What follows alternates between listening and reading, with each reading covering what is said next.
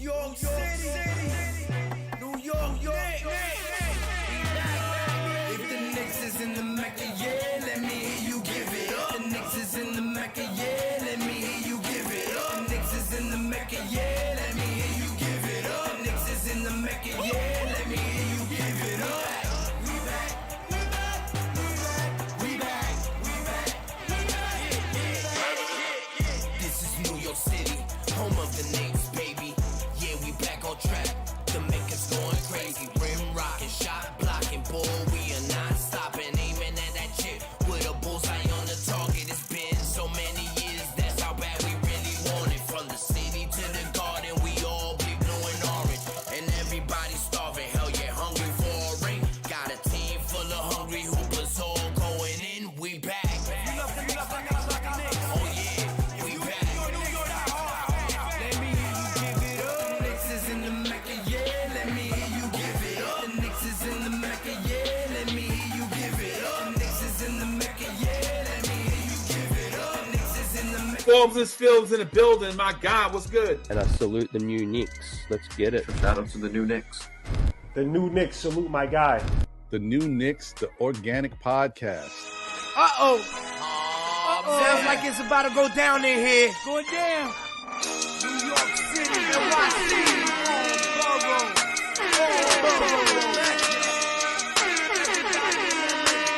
MSG stand up. Brooklyn, Staten in the Bronx. Manhattan, Queens, what you want? We want the Knicks. We want the Knicks. We want the Knicks. We want the Knicks. Brooklyn, Staten in the Bronx. Manhattan, Queens, what you want? We want the Knicks. We want the Knicks. This is for the win. We want the Knicks.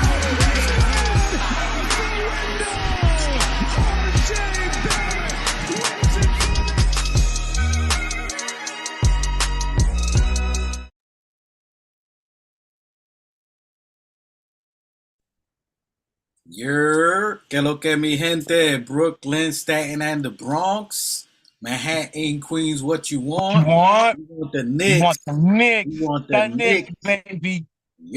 Salute everybody that's joining us in the chat. You know what it is. What's going on, cousins? There it is. Talk to him, Machete. You live, you litty with it. Go with it. What up, bro? What's going on? What's up with you? Nah, I mean, you know what I mean? It's starting to pour out here. We got a little bit of remnants of that hurricane getting ready to come out here. We the Hurricanes. You know, and yeah, it's starting to pour lightning strikes out here because we're talking Knicks, baby. What's up? What's going on? Talk to them, new Knicks. Yo, salute everybody. Salute Organics Fanatics family. Welcome home. It's air fryer weather out here in Miami, so excuse if I, pass out from heat stroke, but I'm still here. We banging it out. Pause. Whoa. Yo, salute everybody. Appreciate you all in the chat. Keep walking. Salute, brother. Everybody else. Salute to the chat. Yeah. Put a thumbs up in the chat. Let us know where you at so we can salute you out there. We appreciate you guys. We're starting another week, another banger. Summer League is in full effect. We had 2 games that went down. We're starting to see some of that young rust come out of there and starting to do good. Machete, talk to me a little bit what you seen in the Summer League so far. Any players stand out? What do you? I like Charlie Brown Jr. and there was the other guy. I forget his name right now. A couple of prospects out there, that are shining. We'll see what happens. We got 2 more games this weekend. We got the Boston Celtics tonight. They're 1-2. We're 1-2. And then after Sunday night, or rather Saturday, we're playing the Nuggets. So we'll see what's going on this weekend. And shouts out to all our peoples out there representing in Manhattan, Queens, the Bronx, Brooklyn, New York, Staten Island. You know what's up in Miami. The shouts out to Orlando, our Boricuas and Dominican, Haitian peoples out there, all types of New Yorkers. Everybody, wherever you at, you in Georgia, you in Australia, you all in Chicago, Illinois, Indiana, wherever you at. We know if you Being were out down on you in the Orange. You a Nick Nation, you Nick family. You know how it is. You Knicks, have you caught any of the summer league? Anybody you thought that stood out? Did you catch it? I know you've been busy. Oh my God, I can't hear shit. My bad, bro. I can't hear nothing. We'll come back to you. Let me know when you can hear it. So from some of the summer league that I seen, I did like Charlie Brown. Charlie Brown did stand out. Charlie Brown Yo, did. give me a second. LeBron Jr. Yeah, do you think? So Charlie Brown has salute sports fan pronto. What up? What up? What up? Appreciate you. BBJ.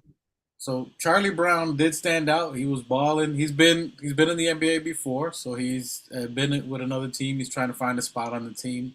I don't know if he's gonna fit with us, although he should. He's good. He's a good height. I want to say he's like 6'6", 6'7", something like that.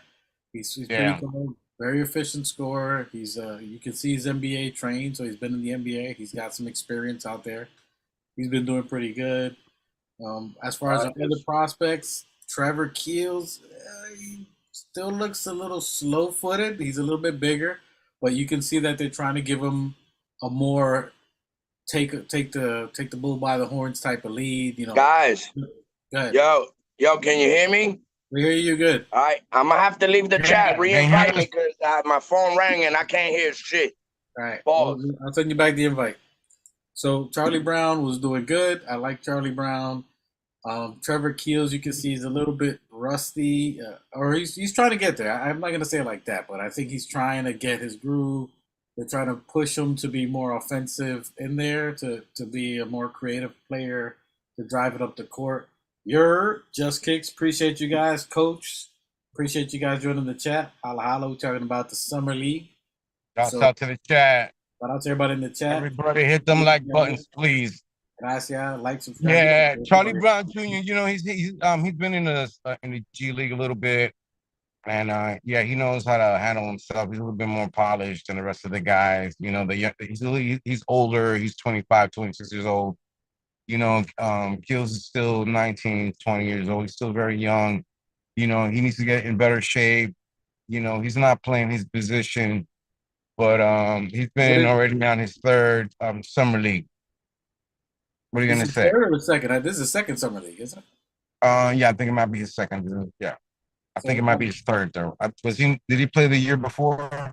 He did play last year. He played last year, so he was in the The summer year, league. and then the year before that.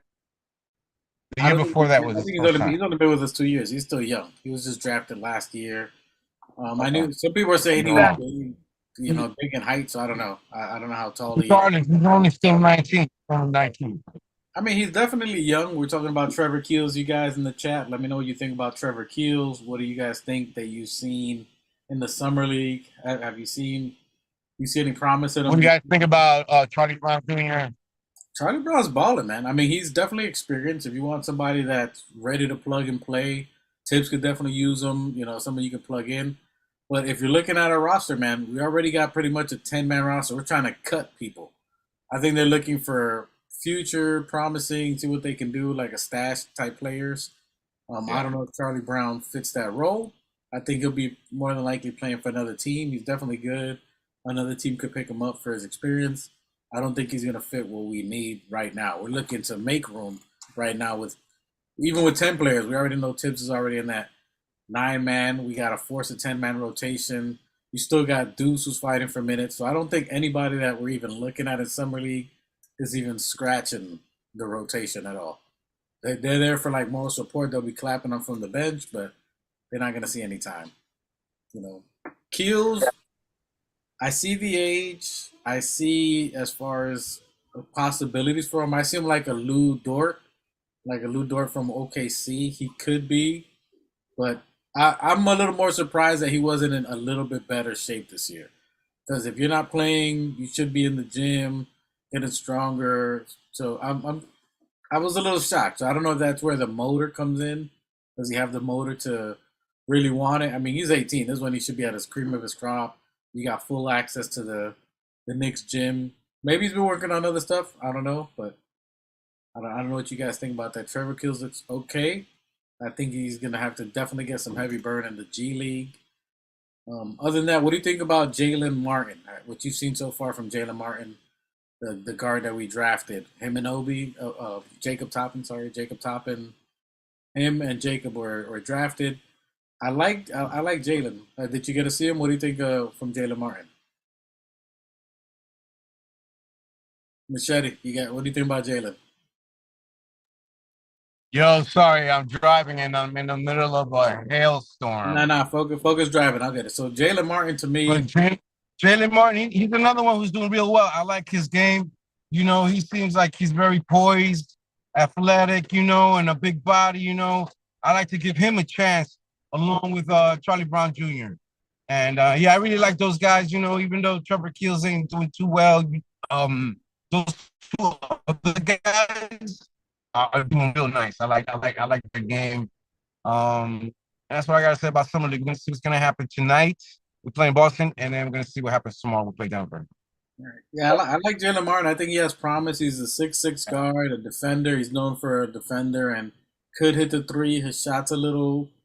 Again, he's young. He just came straight out of high school, played 1 year at the league that he came out of, and then got drafted. And so I like him. I think he's got promise. But again, these are stash players. We're not going to see any court time. Hopefully, they develop throughout the year, playing in the G League. They'll get a little more confidence, a little more burn time. The only way you get better is by playing. So I can see them developing.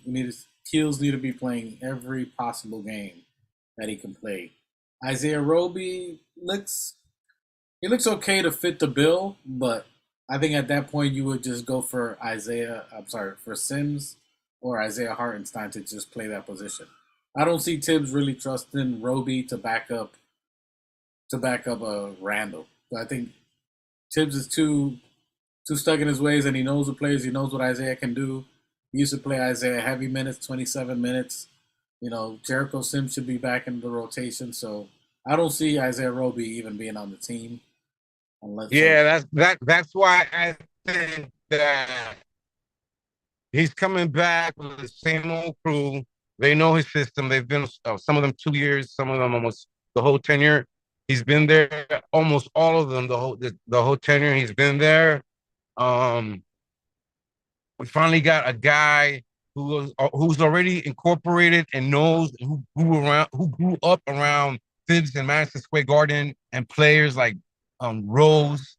We got a guy like that. We brought in an injection in Josh Hart, who we went and won like 13 straight games when he came in. He didn't too good in the playoffs. I attribute it to him, being almost a dad, and all that stuff, going to stuff like that. And, given us such a run, he probably burnt out by the end. Anyways, and now we got Devin Chenzo coming in, which is going to be another infusion for the Knicks. It's going to be amazing, dude. We didn't make any stupid moves for guys who were too old or worn out in the NBA, just to make a big move and get into a situation, a contract that it wasn't just going to be suitable for Leon in the front office or Thibs in the long run. We got to be there for the long run. Just like the coach is going to be there for the end of his contract, another 2 years, and he's going to show improve. You're going to see. I don't want to jinx it, but you know what I'm saying. You know what I'm saying? Yeah. So, anyways, we just got to build with defensive players that we got to give him the players that he wants. It's unfortunate he didn't want to play Obi. So you saying Obi wasn't his style of player because he wasn't defensive minded?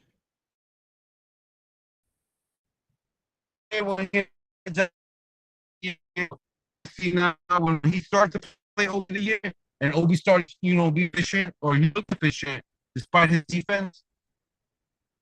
You know what I mean? Then he apologized about, I was wrong, I should have used him. You know what I mean?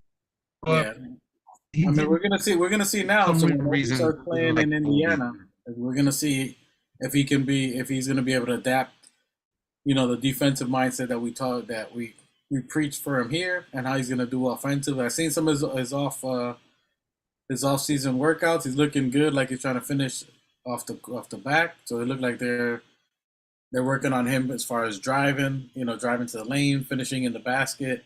So he looked definitely promising. So that's going to be something to see out there. So now that we got the summer league out the way, some of the players, I would have loved to see Jacob Toppin. I would love to see what he can do. I don't know if it's a real injury. I don't know if you guys in the chat, if anybody knew what the injury was. I thought someone said last week that it was a shoulder injury for him. So that's going to be interesting. You know how they are. You know how they are, man. It could be an injury. They're not talking too much about it. They just said, "Oh, he has an injury, and we haven't seen him." Whatever, man. If they're resting him and they don't want to showcase him for whatever reason, okay, we want to get him. Let's try and we don't want to get even risk him getting hurt, right? We picked him up, hopefully for the reasons that he's more defensive and dynamic, or as dynamic as his big brother, right? That's the hope, right? I think so. Maybe just some injury, say. But if he's injured, you want to arrest him. Maybe he's not injured. Either way, you want to arrest him and bring it fresh. It's a training camp, and then probably, put him in there. Hopefully, if we use him at the start of the season. I said before, he may not make training camp, but I understand he's not on on a day contract, which is basically a test for him to see how he does in training camp coming up. Either way, we don't risk him going in some league and get injured, but it's unfortunate. It's what it is. But you're breaking up. We'll see. I don't know if Hopefully, he's the. I don't know if you're in a bad coverage area. Your signal's Yeah, because I'm in a bad spot. Let me go. Yeah, see if you can find a better location on there. New Knicks, what do you think? What do you think about Jacob Toppin? Do you think that he's injured, that they're holding him off for a little bit, or do you think that he's going to be able to contribute, or he's going to be right in the G League? I mean, hopefully, if he learned anything from Obi, if you have an older brother that's in the league, you should be getting some guidance from him, and maneuvering on how to, come into the league. So I'm pretty sure that's something that Obi Toppin has been, conversating with his brother and trying to acclimate him into the league, and especially coming into New York, which I think was a favor for Obi. I don't know about replacement. I know they gave him a 10-day contract or whatever it was, but yeah, hopefully, he could show and prove that he's just as good as Obi, and see if he could, like you said, a lot of these G League players, summer league players, I think they're still learning the ropes. Like Isaiah, Obi, and Jeffries, Martin, everybody in the summer league, but yeah, I think he should, hopefully throughout the end of the year, hopefully he could crack the rotation somewhere, or, God forbid somebody get injured. But that's the only way I see these guys coming in, if one of our players get injured, but and even then, I don't see him getting any burn really. Even if somebody did get hurt, Tibbs will go down to 6-man rotation. Whoever's already in the team is in the team. These are young puppies in the kennel. They ain't seeing the yard. Like I see Tibbs letting them out the kennel and play with them, like, hey. In practice, maybe, but not in the game.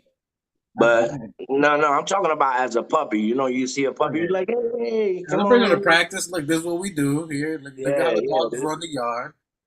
Exactly. I mean, it's going to be a lot of learning curve. But speaking of summer league, you did see Tibbs at the games, which speaks volumes.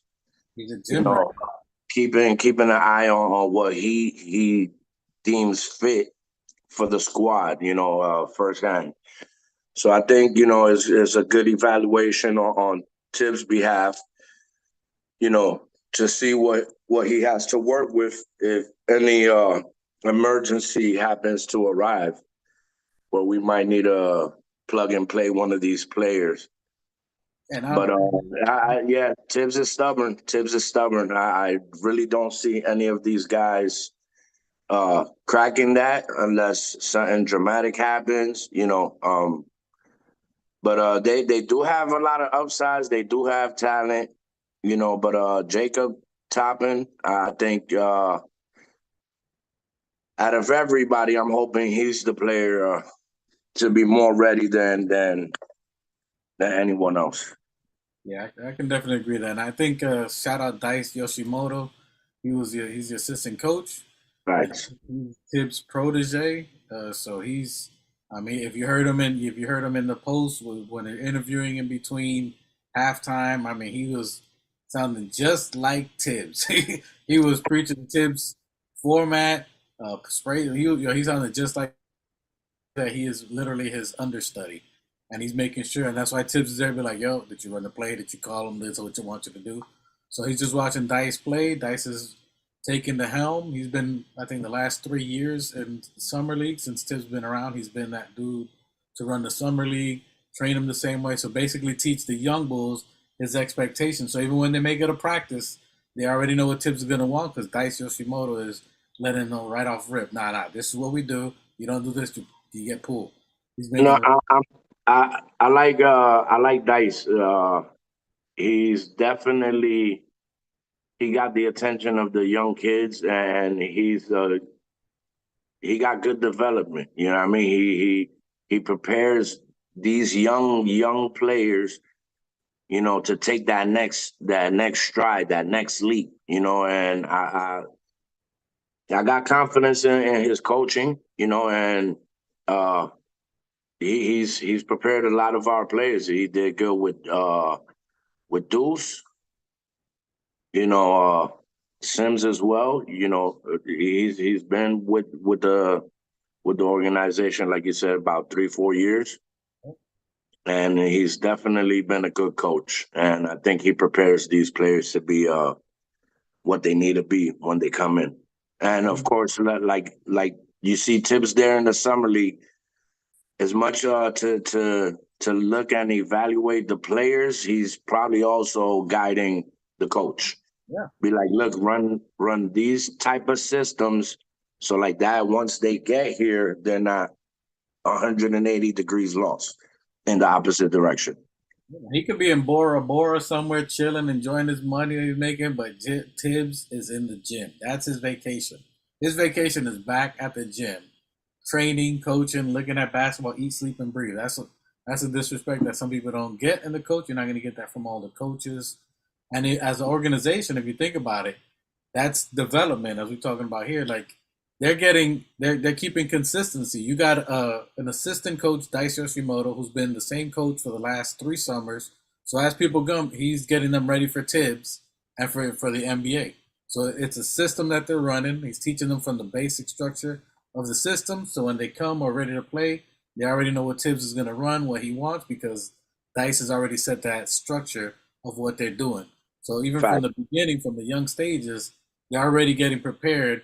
And as an organization, that gives them consistency too. So it's not like one coach is saying one thing, one's the other. They have a cohesiveness in there. There's definitely unity within the system that is in the G League to our team and our squad as the Knicks. You know, it has to be this way because, you know, it'll be a lost system if it wasn't the coaches uniting and coming up with a plan and a system from the G League all the way into our squad. Yeah, that's true development. So they're literally developing from young all the way up. And just as coach is saying here, Jalen practicing with the Knicks would be good for his development. Absolutely. So they're getting this little burn time. They're getting that little burn time for summer league, give them some experience of competition, some players that are trying out for teams. So it's a little more than their high school or even some of the college that they did. So then after this, once the regular season starts, are they going to practice or they're going to training camp? Now they still got a little bit. They got a little bit burn, a little bit excitement. They know what Yoshimoto was teaching them, so they're going to be ready for when Tibbs is yelling, "Quick, quick, quick." They're going to be ready for that. So I think Jalen is going to help. I think he's going to be an understudy between Deuce because he's a big guard. He's like basically R.J. Barrett. He's 6'6", 6'7". Big kid. He's like 200 pounds. He's solid. He's a really good defender. He's got quick feet. I like his defensive. He's quick on the feet. He still doesn't know the positions or the defensive play, so you see him get a beat here and there, but he chases them down. He's a good help defender. You can see the promise there. You can see the format. The format's there. They just got to shape the clay a little bit better. His shot isn't the greatest, but it looks good releasing. Sometimes it's just a bit outside. But he looks good. I mean, hit the game-winning shot in the last Summer League game. He got a shot under pressure, clock running down, hit the game shot. He made the right move, so that's something that looks good for him. Yeah, shout out to the chat. Once again, shout out to Sports Fan Pronto. Shout out to Coach. Shout out to Just Knicks. Appreciate everybody in the chat. Hit them likes, hit them subscribes. Johnny Harris, we appreciate y'all, young Jack boy. Here comes Johnny boy throwing grenade. Oh, salute to Johnny. Salute. Yeah. What up, New York? Still wish you were in Miami. Nah, bro. Like, I ain't even. Don't do it. Don't do it. Y'all still waiting on that Dame wish. But anyway, so I think that's good for them. I'd love to see Jacob Toppin. I don't really think there was an injury on Jacob. If I'm going to be honest, I don't think there's any injury on Jacob. I think they held him out so they can clear the smoke out with Obi. So there's no pressure for him about Obi and interviewers and journalists saying, "Oh, your brother got traded. How did you know?" Just to clear that smoke, get him get traded, let him get to where he's going to be. He's probably just working out in the Knicks organization, training and doing other stuff there. We know, and I've seen his game. His game looks good, bro. His game, I've seen his floater. I think he has really good handles. From what I've seen, he looks pretty polished. Obviously, he's out of college 1 year, so there's still areas for him to grow. But I like Jake. That's what I'm saying. You know what I'm saying is like, they're probably holding him out exactly like you said, till all the Obi smoke clears. So, and also, they don't want to risk injury on top of all of that, So we don't know. Who knows? God only knows. But anyways, Obi's gone and he's on an opposing team. He's with the Pacers. It's going to be tough. We'll see what happens. Do we got an episode of Watch It's the going to be Ops? fun. It's going to be interesting.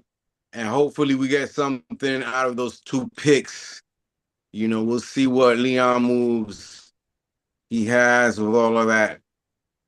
And let's cross our fingers. Let's see. Yeah, I don't know what's going on in Indiana, but they do have a member of what was that show we used to watch? In Living Color. Yeah. Oh my God. You hated Hey, it. you know what I heard? I heard somewhere that the Knicks got in the next 7 years 40 picks that we can get 4 out of the top 40 picks in the next 7 years. We're gonna have a lot. We're gonna go around. I don't know. Hey, chat. What do you guys think of Miles Turner and how Miles Turner looked in the summer league? Let us know your thoughts on that. All right, so let's move past. Any last thoughts on the summer league players?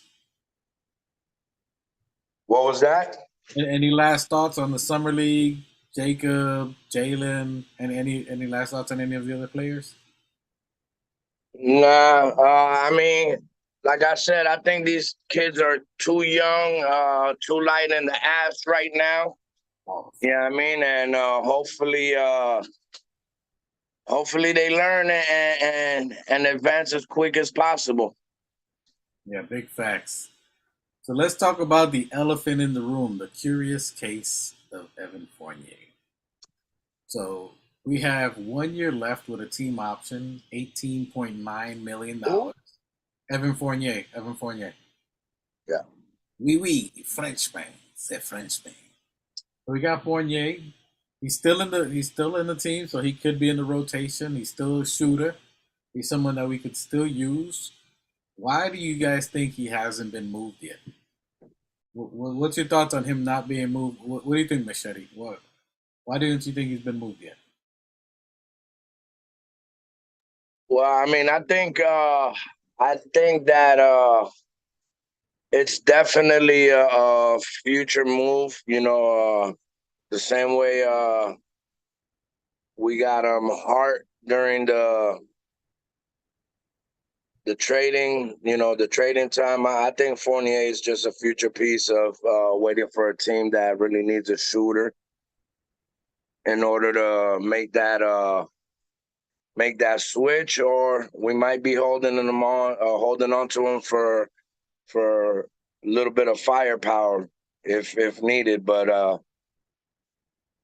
from the look of things, I think we got enough on the plate to be sufficient to fill this season up. Hey, Chad, what do you guys think about Evan Fournier?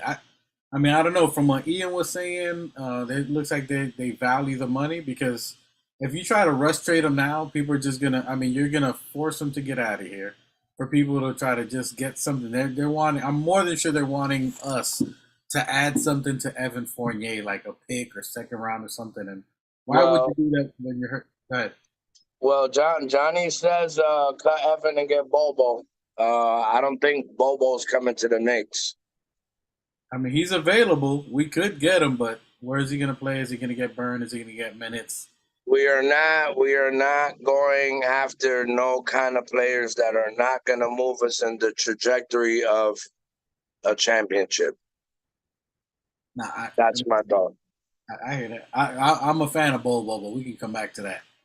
But I mean, I don't know, Evan. I think they're holding. Why would you give another team the option to free up $19 million and they want to trade the asset? That's something that's actually more valuable. Teams like Golden State that are way over the luxury tax, they would be drooling to find a way to free up $18 million. So you can get picked from a team like that. Even if we're going for somebody like Embiid, a Giannis, or another star, you need to match salary too. So I think that's why they're holding on to Evan because you can use that money to match whatever salary. If you get rid of him, you're gonna have to match salary. You got to get rid of players. You got to, so you got to match that salary. So I think he's more valuable to us in a trade to get another talent. Could be for a 3-team deal, and I think that's why he hasn't moved. And I don't think he's going to be moved. To be honest, I don't think he's going to be moved until maybe trade deadline. That's I don't see why we would move him. Do you see any reason for moving him? Who we're talking about moving Evan Fournier. moving him? Well, they're going to eventually have to move Evan. They're not going to use him. He's not going to sit there another year not being used. He could take his talents to San Antonio and be with Wemby and help him and be as a mentor and maybe get some minutes, you know. I mean, But it's not cool that he didn't play that they didn't play him. It's disrespectful to me the whole entire year when guys are trying to chuck up threes and missing, and Evan Fournier is sitting on the bench, even though his defense wasn't all that. I mean, defense must really be that fucking important for Thibs to not play Evan Fournier or the top 8th round pick, So he's a stickler, but it is what it is, you know. And they're gonna get rid of him. I hope they make him happy and send him somewhere where he can be useful. We're gonna see him also now in FIBA, playing with France, and he's gonna show out. Hopefully, if he doesn't get hurt, we're gonna see the Evan fucking Fournier that we should have seen last year. You'll see. You're gonna see, man. Yo, Team France, took it to Team Germany last year, the last time they played. I'm confident in this guy. Hopefully, he'll go in, and we'll keep him and use him as a reserve. We'll see. If we don't get rid of him by the time he plays FIBA, I don't know. Maybe they'll trade him. Maybe they won't trade him. Listen, Hopefully, Fournier definitely has to come off the books.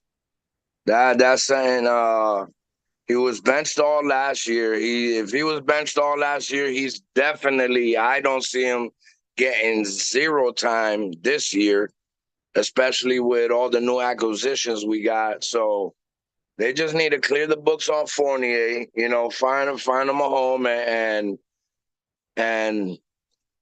just let's move on with the movements because the only This thing. team also needs shooting. Good luck finding shooters. Now DiVincenzo is a good shooter. You know, Josh Hart can be a good shooter because he can't hit the threes. You know, Grimes. he's got about 35%. You know, Grimes, we got some mediocre shooters, you know, but we need some really good shooters, some playmakers who are gonna go out there and you know, Jalen Brunson is also, you know, a great shooter, and of course Randall's an excellent shooter, you know. But we need to get a little bit better at the shooting. If we're going to be trying to chuck up threes, you know. RJ as well, he can shoot sometimes, you know. He's hit some big clutch shots, you know, from behind the line, you know. But we can do a little bit better. I think we can do better at free throws. You know, these are things that Coach Athib is really gonna have to incorporate when it comes to you know, playing the game is the our assist numbers and our you know, just playing together, including our defense. Well, I think that's why they got DiVincenzo because I've been harping for the last few pods. Like it has to be unity. I mean, that's the only way we've seen Golden State go through multiple championships. It was a team effort. It wasn't one player, two or three players. Like, you know, we need the unity and the cohesiveness of of you know, meshing, and that could only come with time. So the only way to cut time is to pair up, you know, our players with people that they're used to playing with, and dogs, people that are built for New York. And I think DiVincenzo, along with Hart and Brunson, are definitely New York Knicks players. So you know, I think that's what's gonna make this team advance to the ECF. You know, I think, you know, it's important when we get you guys coming into New York, how they are incorporated and how they adjust to the city. You Yeah. know, I like that. Dante is from Delaware. He's already from the East Coast. He's not too far from home. So it's not going to be too hard for like that mental part of him trying to adjust.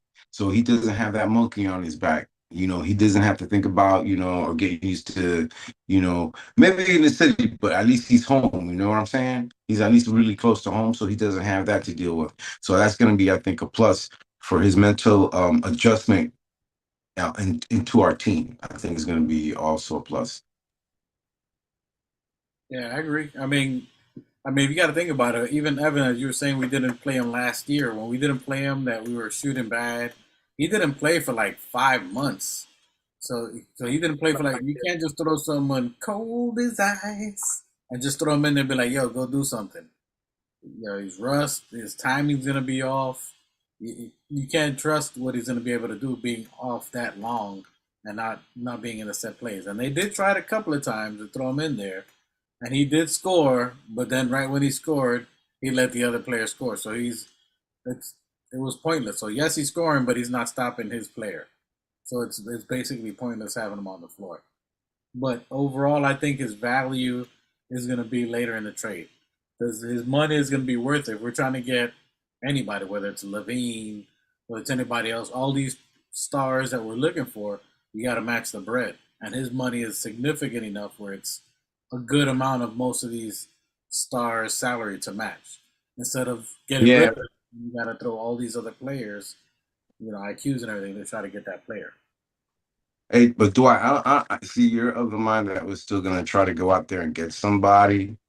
I don't think that. I think that if we haven't made any moves by now, and if any of the other bigger moves that are out there, like the Hardy move and the Dillard move, if those haven't been, those dominoes haven't. been done, we're not gonna make a move, and I don't see that happening anytime soon unless Miami makes some deal real quick. I don't know how Miami's gonna do it, and if it's gonna be beneficial to do it right now.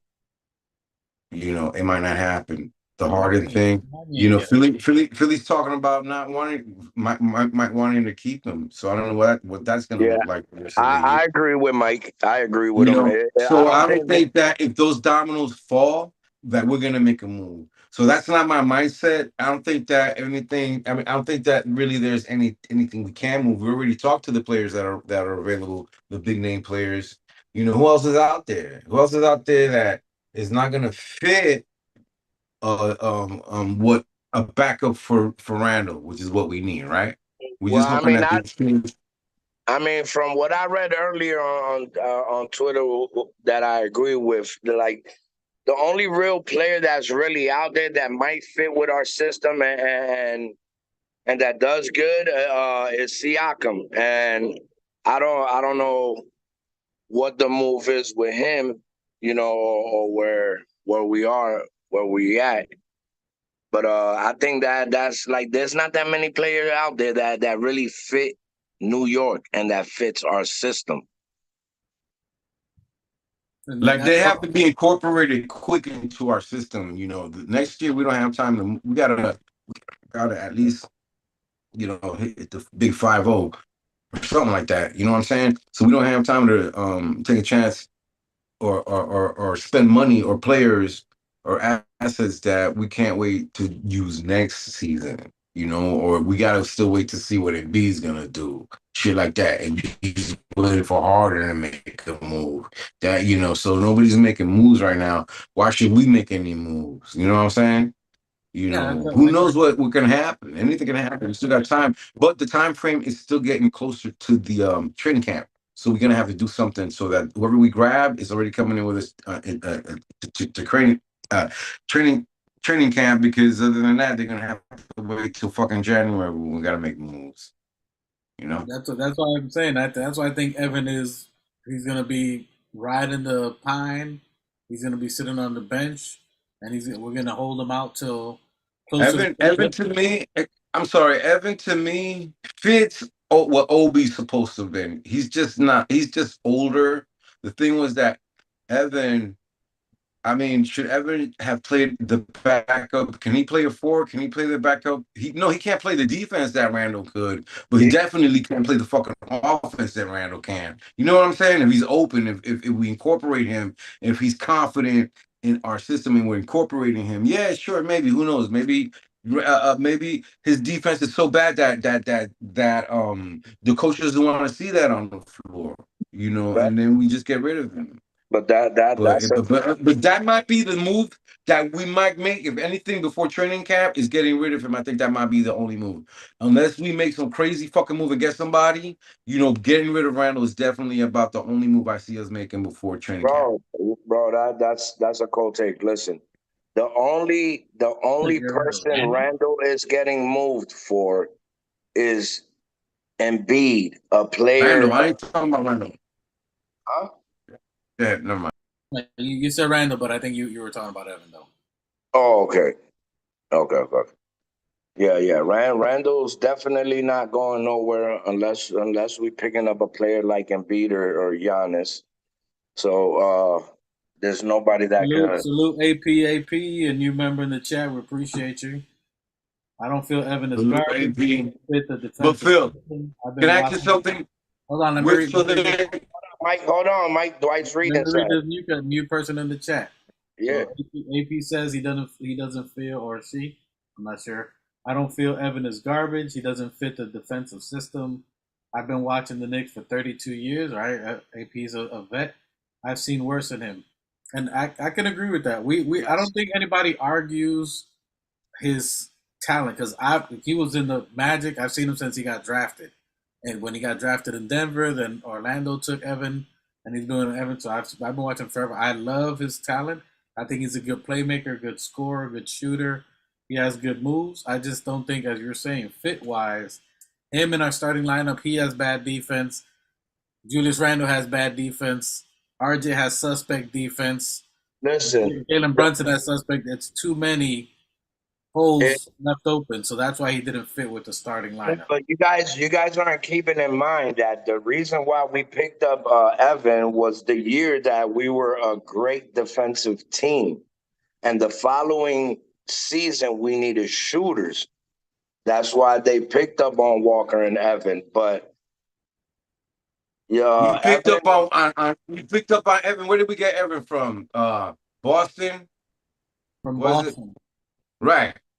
So because Boston want to get rid of him for whatever, maybe the same reason he didn't play defense. We picked him up. He broke our 3-point record the first year he was here. You know, he made big shots. He made good shots that kept us in. We had a good year that we were in the COVID year. You know, so Evan was valuable. That's why I was like, he's not a bad player. He's feisty in Orlando. He's feisty in FIBA. I liked him. I liked him. But then we didn't play him the next year because of his defense for whatever fucking reason. But the guy was cool about it. He was a gentleman. But I'm sure it's embarrassing and frustrating for him to sit for a whole entire year. Almost a whole like 9 months not playing. Him You just got to give wasting the away. props for being a professional. Very And you professional. know what? I think it was beneficial for him in the beginning because maybe he needed to recover because he does play FIBA and he's older, so I think his recovery might be that okay. For the first couple of months that he sat and rested, it was good recovery for him. Maybe we could have used him in the playoffs because he could have been healed by then and ready to go if he was or maybe he didn't show anything in practice that made the coach want to fucking play him while he was out. You know what I'm saying? It could have been anything, but regardless, I think the only move we're gonna make is getting rid of him and opening up that space, like Phil said, and making a fucking big move when the time comes. Leon is out there. He's got clients everywhere. And he knows what their next moves are. Even though he may not be involved like that with CAA, he's still the man. You know what I'm saying? He's still the Don. So, I think that they're just waiting patiently and they're just, holding, stacking up their money, just holding their cards straight close to their chest, because they're going to be like this, looking at everybody. You know what I'm saying? That's how they're looking at their cards. That's probably what it means. Listen, I think we spoke about three players, Evan, RJ, and Sims. All of them are playing in the FIBA, in the world, whatever. I didn't know that Sims was Dominican. He's not. He's Iranian. No, he's not Dominican. He's Iranian. I was looking it up too, but he wants to play for Diardo. Yeah, I think Sims was out indictment eating mango and he said, "Yo, I gotta rep these niggas because Yeah, some Dominicans tostones. Yeah, some shit. mango. He had that fried cheese. He was like, Boy, they He gave said, that "¿Qué lo boy que?" some. They gave that boy some mango with olive oil, fucking sauteed onions. That nigga said, "Boy, I gotta rep these niggas for the fucking." Said, who put salchichon and white cheese, fried cheese together with plantain? This is Yeah, delicious. that is very shocking to me. You know what I mean? At least he knows, what greatness is. Salute to Sims representing the flag. You know what I mean? See that flag right there? Jericho saying, shouts out to Jericho Repping saying. that flag. Appreciate you. You know what I mean? Man, Hopefully you confuse Stay somebody's healthy, head get for the stronger. ball. Hopefully you confuse somebody's head for the ball and slam their neck in there. Yo, I heard Leon's playlist got leaked. Yeah, he had a playlist for his music. And then the last song he was listening to was Cardi B. Because that's what Evan is. This is a money move. Hey, that's a money move. They keep Evan, bro, listen, you can play in FIBA, go play out there, show them you still got a little something, build up your value. You're gonna ride the wood until February. Right before then, that's when you're gonna see all the old heads. Tell you, that's when the teams are gonna blow it up. That's why they're holding on to him. Like the Clippers, they're gonna say, "Nah, we're gonna play PG-13. We're gonna do it with Kawhi one more time." And then when those guys are rolled out in a wheelchair, all right, it's time to call it. Time of death. That's what you're gonna do. All the teams are gonna blow up by February. All these the last hurrah, your jury from Toronto. We're gonna ride Pascal Siakam. We got OG. We're gonna do it one more time, and then when Toronto's in ninth place again, when they're struggling to make the play-in this year, then he's gonna have to pull the trigger. He's way too high. That's what Evan is. Evan's that money move, that Cardi B money move. They're holding on to Buddy so he can use that 18 to get whoever's the player that they're gonna blow up. Because the Bulls got to blow up. I don't know who their point guard is. They got a couple of little busters. Nobody that's going to make an impact. Zero. And when they realize that they're paying Vujacic $60 whatever $million, they're paying this guy all his money. DeRozan's another $30 million, and then that they're still in 8th place, 9th place, 10th place, they're going to say, yo, you know what? Time to get some assets. And that's when they were like, yo, how about I give you a Evan Fournier, 27 second-round picks, and 2 first. And then it's going to go. We got to know, what do you want? 17, 18 second-rounders? I got Johnny's saying we need some players with IQ. And I think the front office has been doing that. I think we got a lot of great players with a good basketball IQ. You know, cover the spread. The players that have been under Tibbs, you know, Tibbs is there for everybody. Like you see him, the rookies, you can't say he's not developing because I see Tibbs wherever you see anything. I'm surprised Tibbs isn't at the MSG coaching the show. What do you guys think about bringing back Taj? I'm sorry. Did you say Taj Gibson? Wait, did you say a cold take? Hold on. Cold take. Give it to him. Give it to him. On a real cheap, you can bring him Taj as a backup. He's really great. But backup who? Who's he backing up? Yo, don't front. Look, even your phone ain't agreeing with you. Even your phone ain't agreeing with that take. Even your Wi-Fi is not even letting you get the rest of that take off. You might as well say we might as well go get Ewing. Yo, what you guys think about Patrick Ewing coming back? You know, I know you can still. I'm talking about Taj Gibson, man. We still like him out here in New York. He did decent last year. Bro, we can use him for control. He's good. He's great with the guys, man. He's great with IQ. He's already great in the locker room with Randall. You know, keeping him calm. You know, he's a good defender. He's decent. He could sit on the bench all you want, but when he could still play defense and he knows Thibs' system, he would still be great. And he's great with the guys. The guys love him, man.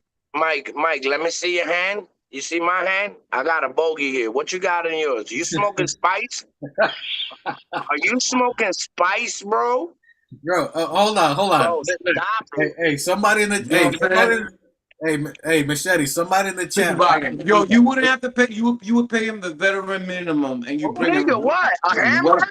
Come on, stop, Mike. Jesus Christ. What are you talking about? We're talking. What are you talking about? You wouldn't have to pay him almost anything.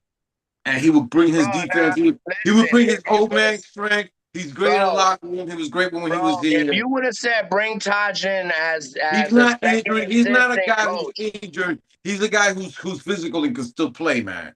Mike, Taj is at the point where he's coming in to be a second assistant or somebody in the organization, which that's what I'm saying. You need that guy on the bench who can at least play. No, we don't. He's still 6'7". He's a body who can still ball out there. He's not that old. We do not. Like this isn't the Miami. This is not the Miami Heat. We do not need a player like. That's what I'm saying. You need on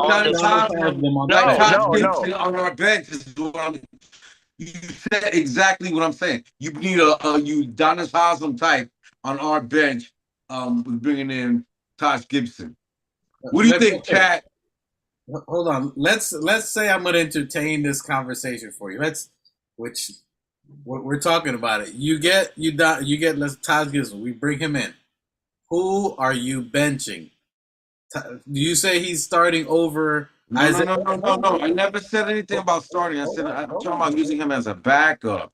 You get him as at a veteran minimum, and if anything would have happened, anybody would get hurt.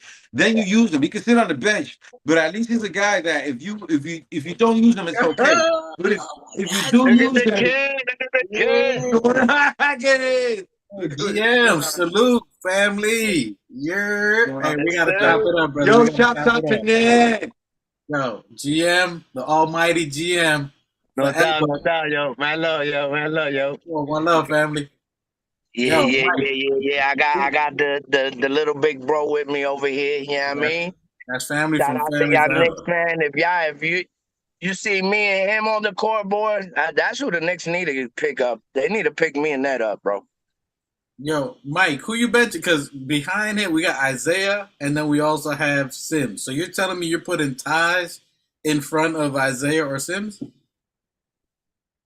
No, he would be the extra backup.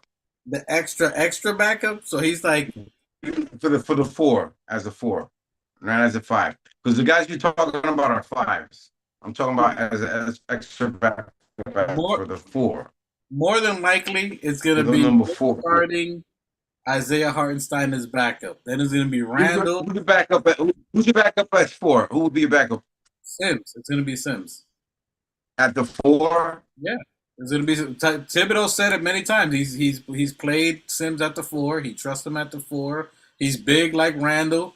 He can play the paint. And Isaiah's gonna play the five where he spreads it out or shoots the floor. So I think they're gonna go with Isaiah unless they go small. I think that means Sims, Jericho.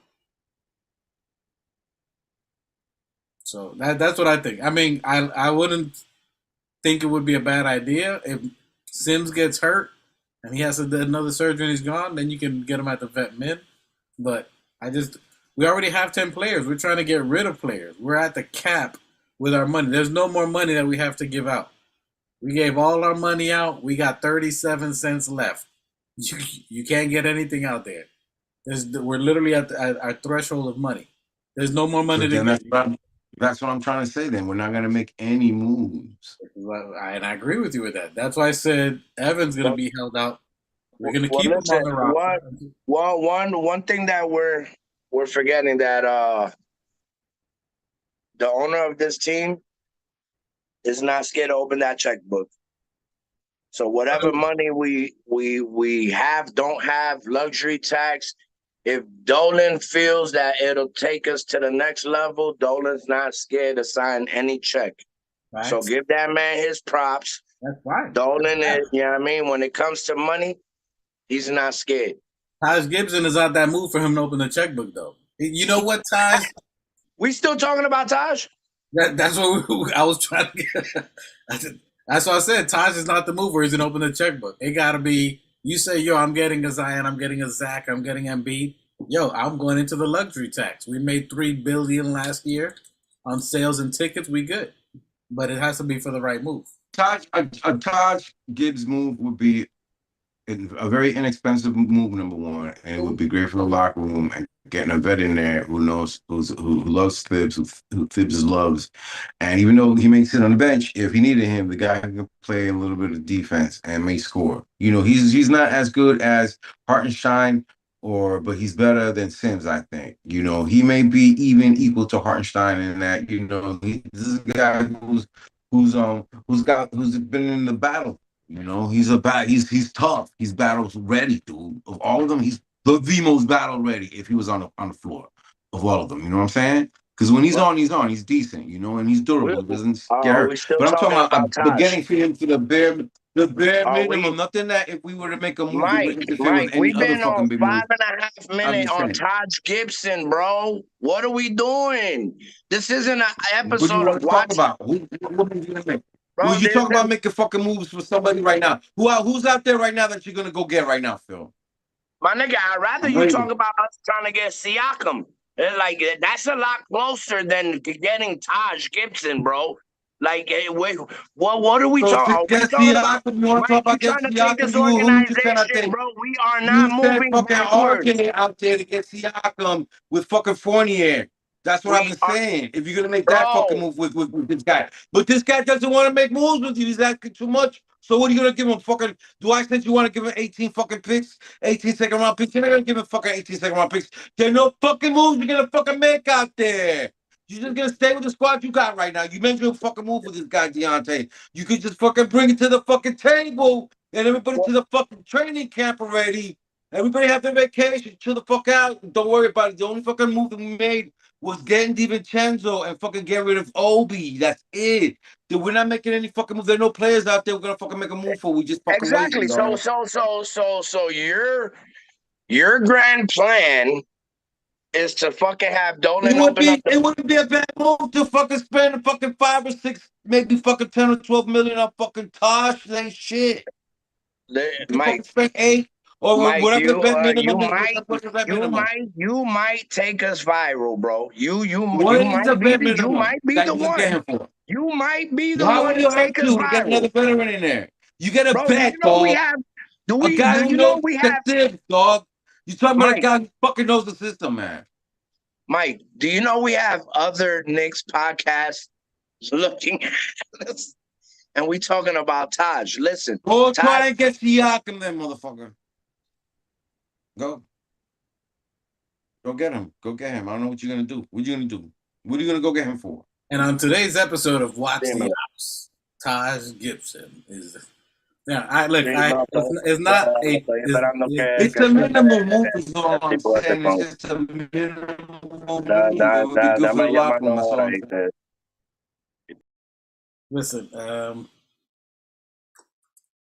we're not going to go for him because there's no place for him to play. If we were missing a center, if Sims was still with a shoulder injury or something, then it would make sense to get him. But there's literally no money. We're literally trying to find room for, because right now, Deuce is out the lineup. Deuce is probably not going to get, he'll probably be lucky to get 30 seconds to 2 minutes this year. Deuce is the fucking backup, dog. If anything were to happen to anybody, he's the backup when you can't fucking play Brunson. And Brunson, you got to rest him, right? He'd be the fucking guy that you want to play. That if we're ahead or we're good, then you want to bring in Deuce and do some minutes in there. You know what I mean? Because he plays good defense. So Deuce is the backup. We already gave him some money, right? Yes, we matched his $1 million. Okay. Because you're not going to get rid of someone that's so talented when all you got to pay him is $1 million. So then that means that you're using him as a backup, right? But we have, because he's not going to start, right? Yeah, he's going to play only when Brunson is sitting down resting or something like that, right? No.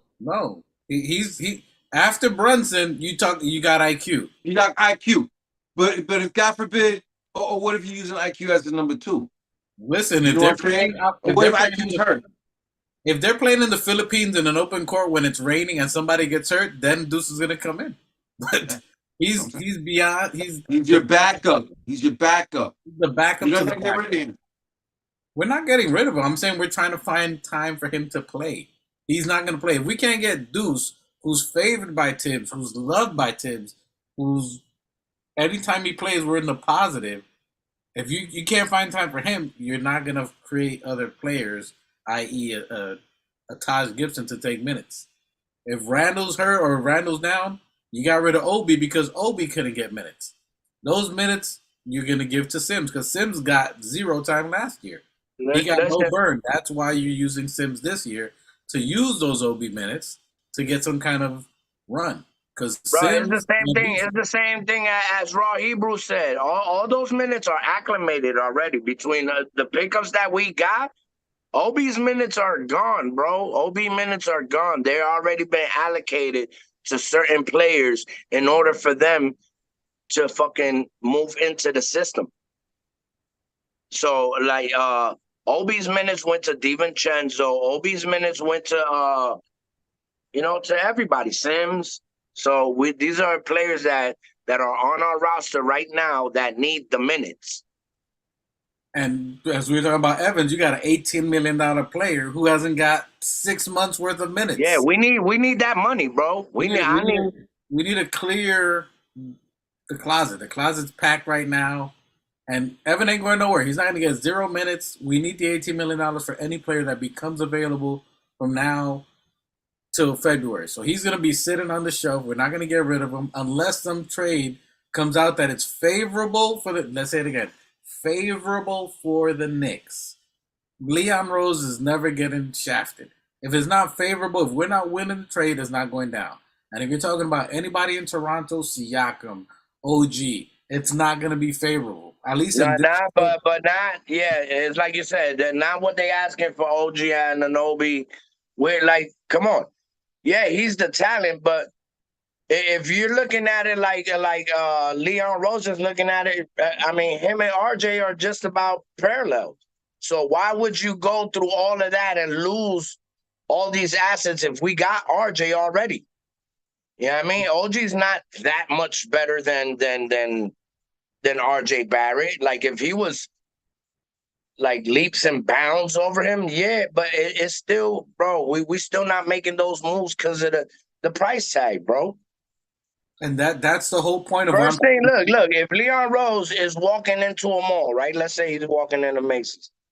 He ain't going straight to the drip, bro. He's going to clearance. He's gonna see what's on sale, bro. Like, oh shit, I like this old shirt. Yeah. 40% off. I'll take that. It could be Phibbs uses RJ as the backup to Randall because they're already incorporated. And I would take RJ rather over OB at the 4 because I think RJ is more proven. Wait a minute. And I want to make sure I heard you right. You said RJ's in the back of Randall? He could either back up Randall at the 4 or he could come off the bench as the 4. So, wait, hold on, man. You saying a lot in this sentence right now. You said wait, you said RJ is good. First of all, you said RJ could play the 3 or the 4. Am I wrong or right? Yes. So he could back up Randall at the 4, or he could come off the bench as the 4, like he did last year when he came off the bench with the second unit. Remember? Well, he didn't come off the bench. He started the game, and then with the second unit. They moved him to play with the bench. So he whenever Phibbs, I'm sorry, excuse me, but whenever Phibbs had the second unit out there, he always had a starter out there. He either had Randall with the second unit, or he had RJ with the second unit. Yo, he could do that. He had lineups like that. Yo, hey, Machete. At least one starter with the second unit. Cover the spreads that he wants. You're on mute, Phil. Cover the spreads that he wants, whatever you smoking. Yeah, I'm telling you, you got the chat going off right now. Yo. Who said they wanted what Mike smoking? Cover the spread. Hey, listen, you don't want to be smoking spice, bro. You do not want to be smoking that spice. That's what they serving at the dispensaries in Washington. Siakam is ahead of RJ, everyone except Jalen, which is fine. But we're talking about OG. OG is not light years ahead of RJ. He is a better defender, and he's still a little young. No, Siakam, yeah, he's a better. Of course, he's better than RJ, but he's not playing RJ's position. No. He said RJ is not light years ahead of OB, not Siakam. We're talking about OB and RJ. No. Harris said Siakam. The fucking white guy is. No, Dwight's reading the chat, bro. Reading the chat. Johnny Harris said that Siakam is light years ahead of everybody in our team except for Jalen Brunson. He's definitely up there. He's definitely not better than Jalen Brunson. He's not better than Randall. He's not better than Randall. Not better. He's close. They're probably neck and neck, but he's not better. He's probably. They're about neck and neck. I won't say he's better than them, but they're up there equivalent. I think they're both 2-time All-Stars. And I was talking about OG, you make the move. And the whole point of what I was saying with Evan, we're holding on to the end, is because when Toronto finds out that they're not going to make the playoffs, when they're struggling to make the play-in, when these teams that are holding on these players as a high-value asset, when they get in a desperate mode, then we strike. That's what I think Leon's doing. That's why I said he has the Cardi B money move. It's a money move. Anyway, long story short, we're keeping Evan. My opinion, I think we keep him to the trade deadline. What do you think? Do you think we get rid of him, Machete, or do you think we hold on to him? What's your thought on Evan? I told you, if we don't get rid of him before training camp, or we'll just use him as a backup. We use him when he comes into training camp, he hangs in there another year. So do you think he gets burned, or do you think he's going to get 0 minutes? What do you think? He gets burned. He's going to camp. We either get rid of him before training camp, If he or we comes use him as a backup in the summer match. if he comes into camp, do you think he gets minutes? Unless they make some move when they use him in a trade, for Siakam, and send him to Canada with RJ or something, for Siakam. Unless we make a move like that, or unless we send him to Washington for fucking Taj, unless we do something like that. So do you think he gets minutes if he comes into training camp? Who, Yes. Fournier? I don't think so, man. He may be coming off of FIBA. He may be too tired. And Right. he may not, I don't think he's gonna get any burn. He's a little older. I don't know how hard he's gonna play in FIBA. But I think that he may need a little bit of rest. And unless we really need him, if we don't get rid of him and we keep him, I don't think he's still gonna get any burn. I think they might just let him rest like they did in the beginning of last year. But unless we're gonna use him, which we either get rid of him before training camp or fucking let him rest if we keep him and not use him. And what do you think, you Knicks? Do you think Evan? Do we think we keep him? Do you think he's gonna get traded before training camp, or does he come into training camp and does he get minutes? Said that for the third time. Well, if we don't get. Oh, I'm sorry, Phil. I mean, everybody in the Knicks universe know that we definitely need to get rid of Evan Fournier. There's no way in hell that he's breaking the rotation, getting minutes. Like, salute to Evan. He's a hell of a player. He broke our record. For Starks, I salute and commend him. When he plays defense, he does play with his heart, and but I mean, times are changing, bro. These kids are younger, faster, stronger, bigger. Pause. I mean, evolution is here. The evolution of basketball is here, and these older players, bro, when it's your time to bow out, bow out. These kids is balling. Okay, I hear that.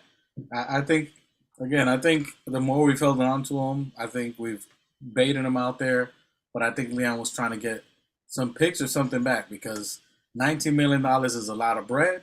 I think these other teams was trying to jerk us, talking about give me something on top of that. Be like, bro, I'm giving you $19 million off your books. You need to be giving me something. I'm bringing you something. You need to give me something. There's a lot of teams out there that would help. $19 million off the books. I said earlier, Golden State Warriors, they're in the super luxury tax. So they over. They paying mad bread. Everything that they pay, they're paying double in salary tax. So there's a lot of teams that are over the luxury tax that are paying mega bread. That $19 million would help them. Clippers is one of those teams. But the team's still trying, everybody out there still trying to play us for suckers. Shout out to Leon Rose to stand in pat and be like, yo, I'm not going to let you play me. You either take this and you give me something for it, or we'll save it and we free up $19 million for us, or we use that money to get someone else and match that salary when someone's disgruntled. Because guess what? Someone's already disgruntled. OG Anunoby is disgruntled. He was disgruntled with his agent. And he said, get out of here, Rich Paul. Get out of here. And he got with who? Who did he get with? CAA. He's only got one. After this year, they can't get anything from him. They already lost Fred VanVleet for nothing. They lost Fred VanVleet for zero. They ain't get nothing for Fred VanVleet. Well, you think they're going to fumble twice? And that's what he's doing. He's doing it again. That OG's going to be like, no one wants to trade for OG when OG's going to say, you know what, I'm not going to play for nobody but the Knicks. Now what? He can say that if he wants. Or anyone you trade me, I'm not re-signing there. So no one's going to want to sign OG Anunoby. He could play. He could play. Look, you could trade me if you want. I'm not signing with whoever you send me to. And they're going to be like, you know what, I'm not going to trade you. And they're going to do a Bradley Beal. I'll give you 2 seconds for him. No one's going to give you what you're trying to ask for. And then if you keep playing too hardball, guess what's going to happen? At the end of the year, they lose him for zero. You could either get this Evan Fournier and this pick that I'm giving you or whatever, take it or leave it, because you're going to get nothing for him, because guess where he's going to come to at the end? You know how I know? I know his agent. He's coming to us. Yeah, but the thing is that a lot of these players that been traded and that had reset the value of free agency, like the Donovan Mitchell, I forgot who was the center that set everything. Gobert. Gobert. Gobert. Like a lot of these teams that are desperate will pay, but that's not happening here. That's not happening, bro. A lot of these teams that they desperate. They desperate. We're not in a bro. We haven't been in this like if Knicks fans come to reality, we haven't been in this position or this trajectory in a long time. You know what I mean? Since the Ewing days. You know what I mean? And like we have not hit this trajectory and been a top 10 team like that, in a very long time. So if Knicks fans come to the realization and come to reality that we're in a good place right now. I mean, I've been a diehard fan since '74. So nobody could tell me that this team is not trajecting in the right place. You know what I mean? When was the last time we was a number 4 seed? When was the last time we was a number 6, 7 seed? Whatever the case may be. Like, come on, reality is reality. We're moving forward. The Knicks are We're top. moving forward, and we are elevating every year. Yeah. Every year we're moving forward, and we are elevating. Things take time. Like we're in an era where everybody wants instant air fryer. They're not even going to the microwave no more. They're going straight to the air fryer, thinking like we cooking. We cooking. Cooking, we use stove, we use the oven, and we're gonna do this shit the right way because we've been trying for 20 years the quick reset, the quick build, the chasing stars, that's why Dolan hired the team that he needed to hire from the get-go is the front office. He put all the right, all the top people of their brass and their positions in the right place, so we don't make no more knuckleheaded decisions or moves. Yeah, we're getting players. We're getting players that like to play for our coach.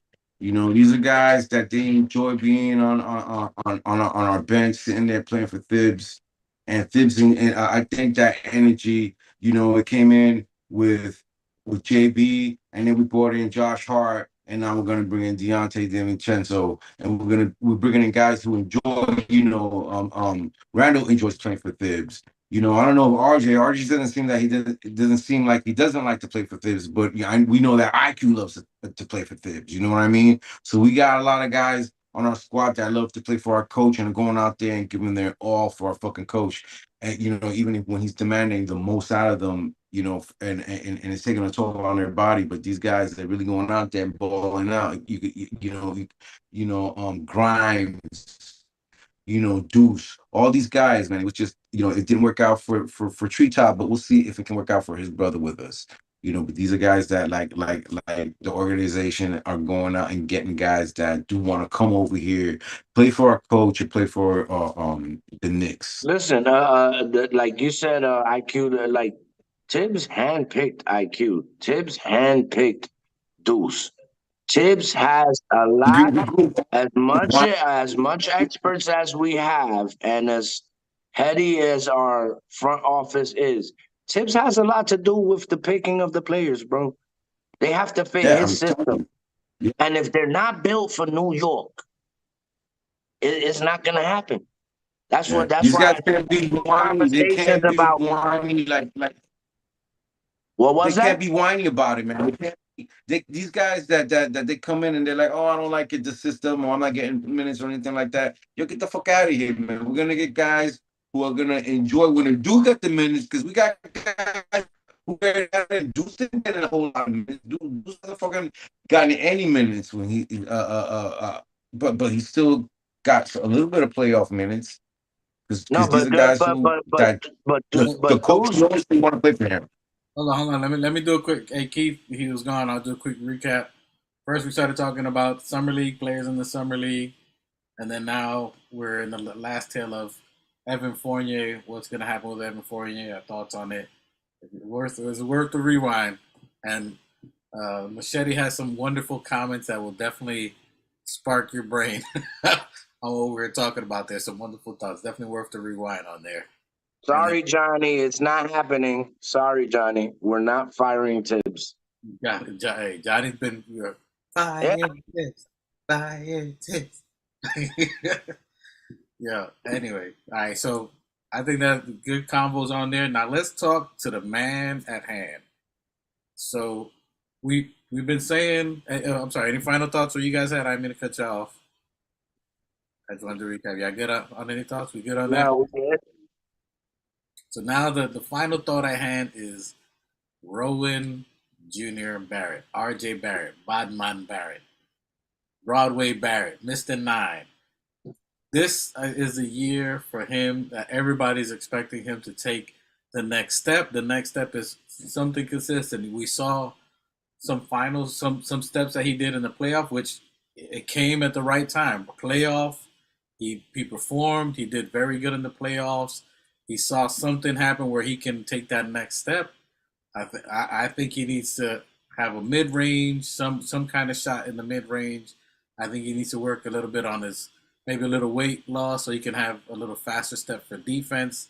I was hoping because I've seen nothing on his Instagram. He wasn't showing anything. I thought he was hard at work. He could still be. I'm not questioning. I thought all the conversations with Drew Hanlon, you sir, you're his trainer. You worked with Tatum, so he got to have some kind of step.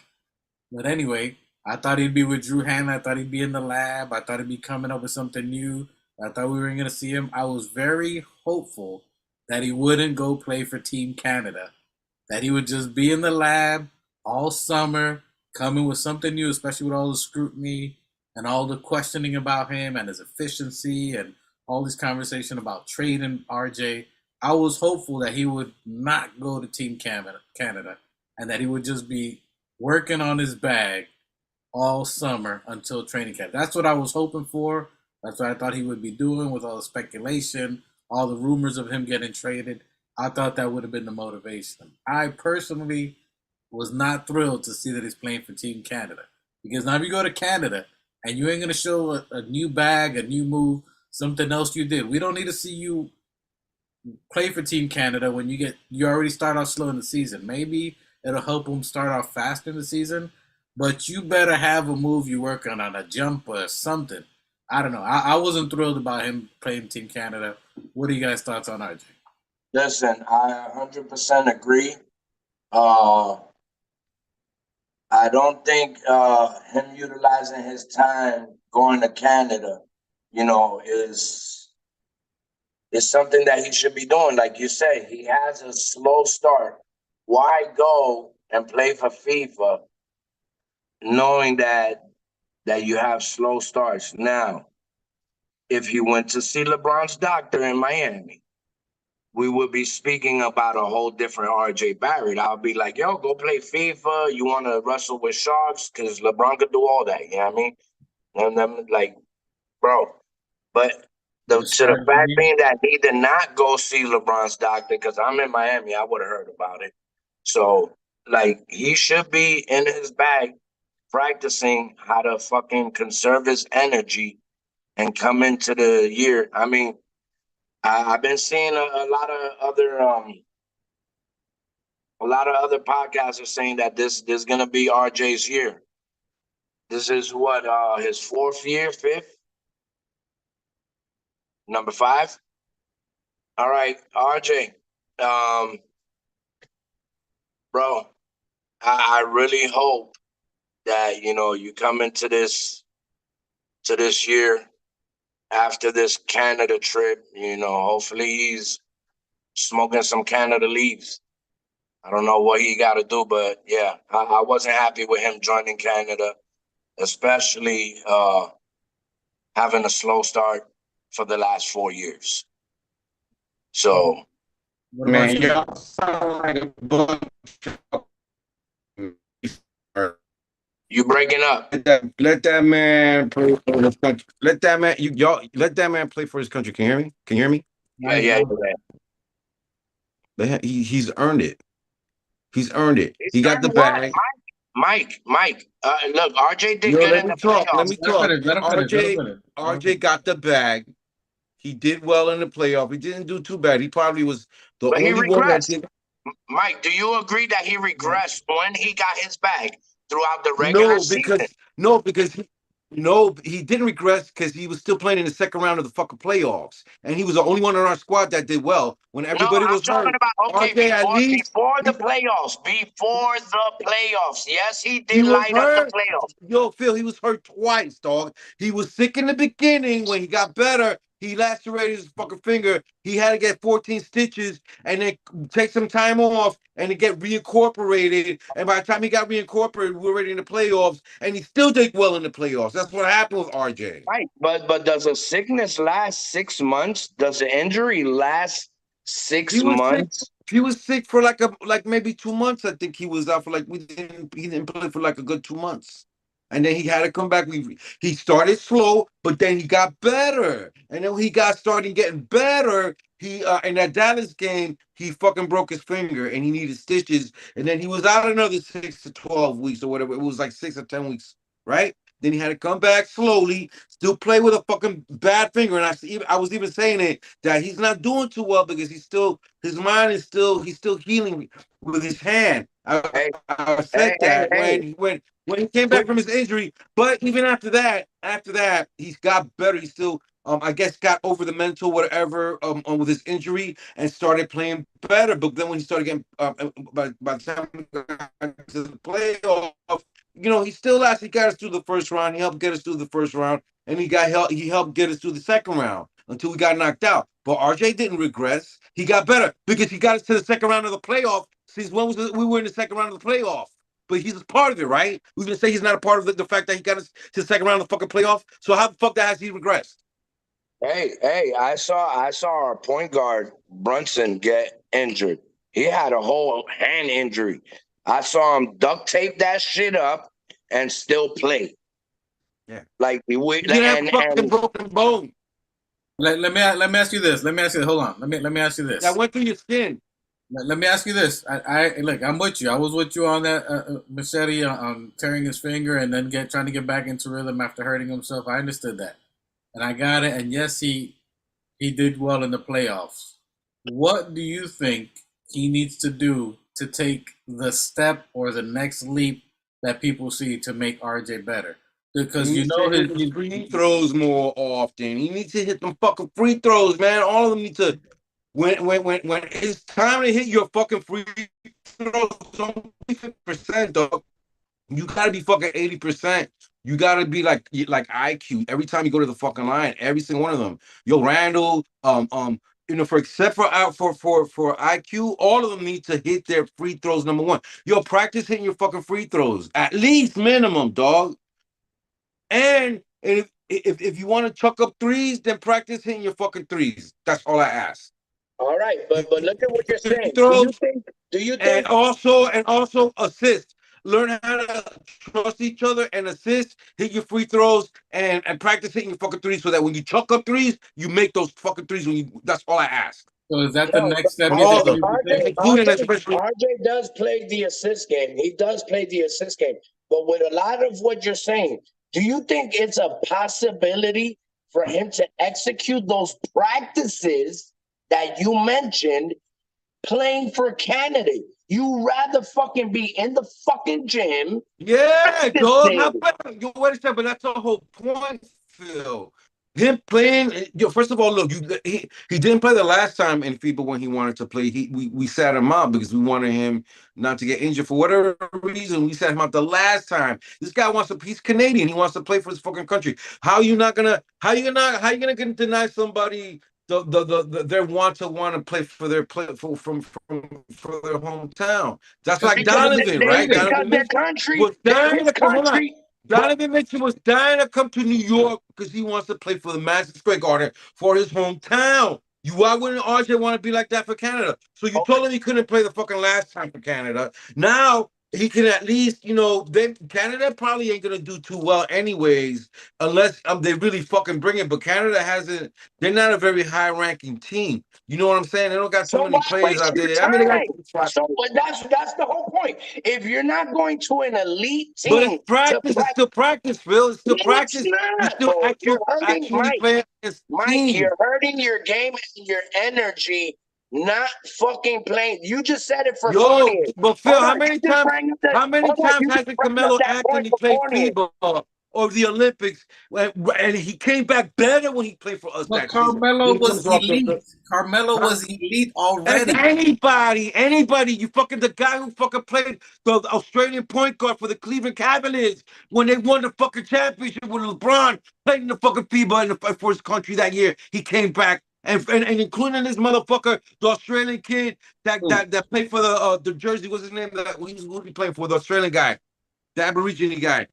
Every time he plays for the Olympics and the FIBA, he comes back playing really good that season. He plays good. It's good for them. It's good. It's good. It opens them up. They get a little rest afterwards if they're not injured, and then they come ready, dog. It's like, yo, you came just from competition. Depending how far you go, you're ready, dude. You're ready to shoot. You're on point with your threes, dude. I mean, you should have fucking rested Fournier and then played his ass after he's rested and he's healed. That motherfucker would have been hitting all his three. He would have broke the record again. I guarantee you, if he played after coming back from FIBA. And it's gonna be like that. Watch. I guarantee you, and mark my words, I'm gonna tell you this right now. Watch Brunson. Watch how it's gonna be like that for Brunson and the American squad. Watch those guys. But Watch how Brunson, Brunson's gonna come in there. but And Brunson, if he doesn't win it, watch, he's gonna either bring that fucking title and he's gonna make a fucking statement because he didn't fucking get picked for the All-Star last year. So he's but got a chip on his shoulder. So that's that's why he's playing for FIBA, because he's gonna fucking show and tell, bro. Watch. And that's so fine. But anybody coming in and playing for FIBA, RJ that's is what not I'm saying. Brunson. RJ is not Brunson. RJ is not Brunson, bro. That's two different levels, bro. RJ is nowhere near Brunson's level. So what fucking RJ got to do is go to fucking this coach, who Dwight been talking about for the Drew last Hanlon, 20 Drew times. Hanlon. Bro, you're supposed to be in there sweating your ass off for 100 hours All a day, summer, bro. all summer, all If you summer. talking about free throws, how you gonna get better, bro? I'd rather see RJ in the gym for 8 hours shooting free throws until both his shoulders collapse. That's what I want to see. You talking about threes? I He's want to earned see it. RJ shoot 1,000 threes from every point all the way till he goes around the Yo, world. you don't see those guys out there in the gym right now practicing for the fucking FIBA. You don't see them out there stretching and Mike, doing warm-ups and Mike, it's practicing a their threes. camaraderie. You're gonna Mike, you're gonna play they're against not taking it, yo, Mike. Phil, Mike, you're talking about yo, they're gonna be playing against other NBA players who are playing for their home but country, dog. Mike, Those guys are gonna bring it. It's gonna be competitive. Watch the games. You're gonna see how competitive those games are gonna be. And I'm How? telling you, they're all How? gonna bring it. they're not getting that much of a check from FIFA, Mike. Listen, Why are listen. you Let's gonna go? So Why are you gonna what? It's go? about pride for your country. It's hold on, about hold the on, pride hold of on. your country, dog. Nigga, have pride for the fucking Knicks. You see this? Have pride for this, nigga. Yo, let's say that's true. Machete. Let's say that's true. How does playing for Canada improve his Elevator. individual game on efficiency? Improve his He's still individual game getting on reps out there, Dwight. My point is that maybe he may play well, he may not play well, but I'm sure that he's in the gym right now trying to get reps up there because he's How going to are you represent his sure country. I he's believe flying to that. Canada? He's But, flying but, to Canada. Are you saying that he's right? but Mike, you Yo, started Dwight, off saying that guy's Canada in was Orlando not all the in. time practicing. That guy is all the time in that school in Orlando practicing all the effing time. I guarantee you, he's right there practicing right now. So these reps that he's getting in, that means that he's out there practicing and trying to represent his team. Means that he's not home, fucking doing something or somewhere taking a vacation somewhere, or maybe not hitting the gym somewhere. Because I know at least he's hitting the gym for sure. But he's gonna go out there and represent No. for his country. He's Listen, out there nobody's representing his team. questioning RJ's work ethic. You just don't Nobody's want him to get questioning hurt. RJ's work ethic. But if you're Yeah, that's what you're doing right now. That's what you're saying. You're saying no, that he's not in the gym every day Mike, working 8 hours a day. You're saying that you're contradicting yourself. Mike, what I'm saying is that the RJ, since he started for the Knicks the last 4 years, Everybody knows he has a slow fucking pace to get his game up, bro.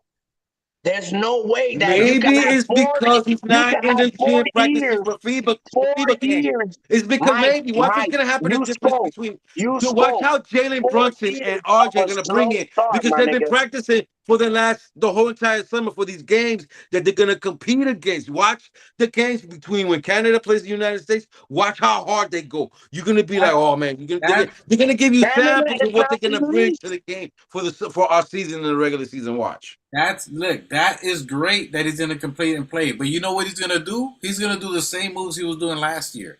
He's gonna shoot the same free throws he was doing last year because he's Yeah. not working on his free Instead of throws. That's called improving, getting his reps in any way he can. Mike, Look. If you are in the trade room, all right. You're saying that he's. I'm gonna put in a simple example. You go to work every day. No one's questioning his work ethic. He works. He goes to work every day. He wakes up early. He's at his job. His supervisor says, "Yo, I caught you napping a little bit here. Or you've been slipping on these reports. I need you to step up on that." And he says, "You know what? I'm not gonna do that. I'm going on my break." You got to work on those whatever reports they told you. It's working on your individual game. So you're saying you're using the analogy of a break that he's going to play for FIBA is a break. Yeah, instead of him working on the reports that his boss, or i.e. the Knicks, told him that you should get better, or we're gonna trade you. So can I ask you something? Can I ask you a question? Mike. Quick question before you say that. If you hear you're drafted by the New York Knicks, a team that your grandfather wanted you to play in, right? So you are hearing fucking trade rumors, and your first agenda is to, after getting a bag, to go play for Canada, my dude. Nah. If he was balling out like OG was, because he's not that far from OG, but OG's still better than him. If he would have been focusing on his game, bro, let's get to it. Colt, let me give you a cold take. Where was OG Anunoby when motherfucking this kid was fucking playing in the playoff in the second round? Where was OG? Where was he in FIBA? Where was he in Canada? That's fine. I agree with you. That's fine, but that doesn't mean that RJ. You know why RJ did good in the playoffs? Because he listened to Tibbs. Tibbs told him, drive the effing ball to the basket. That's it. That's all you have to do. What you could have been doing, and this is the stuff they tell him. His individual look. Here's a fact.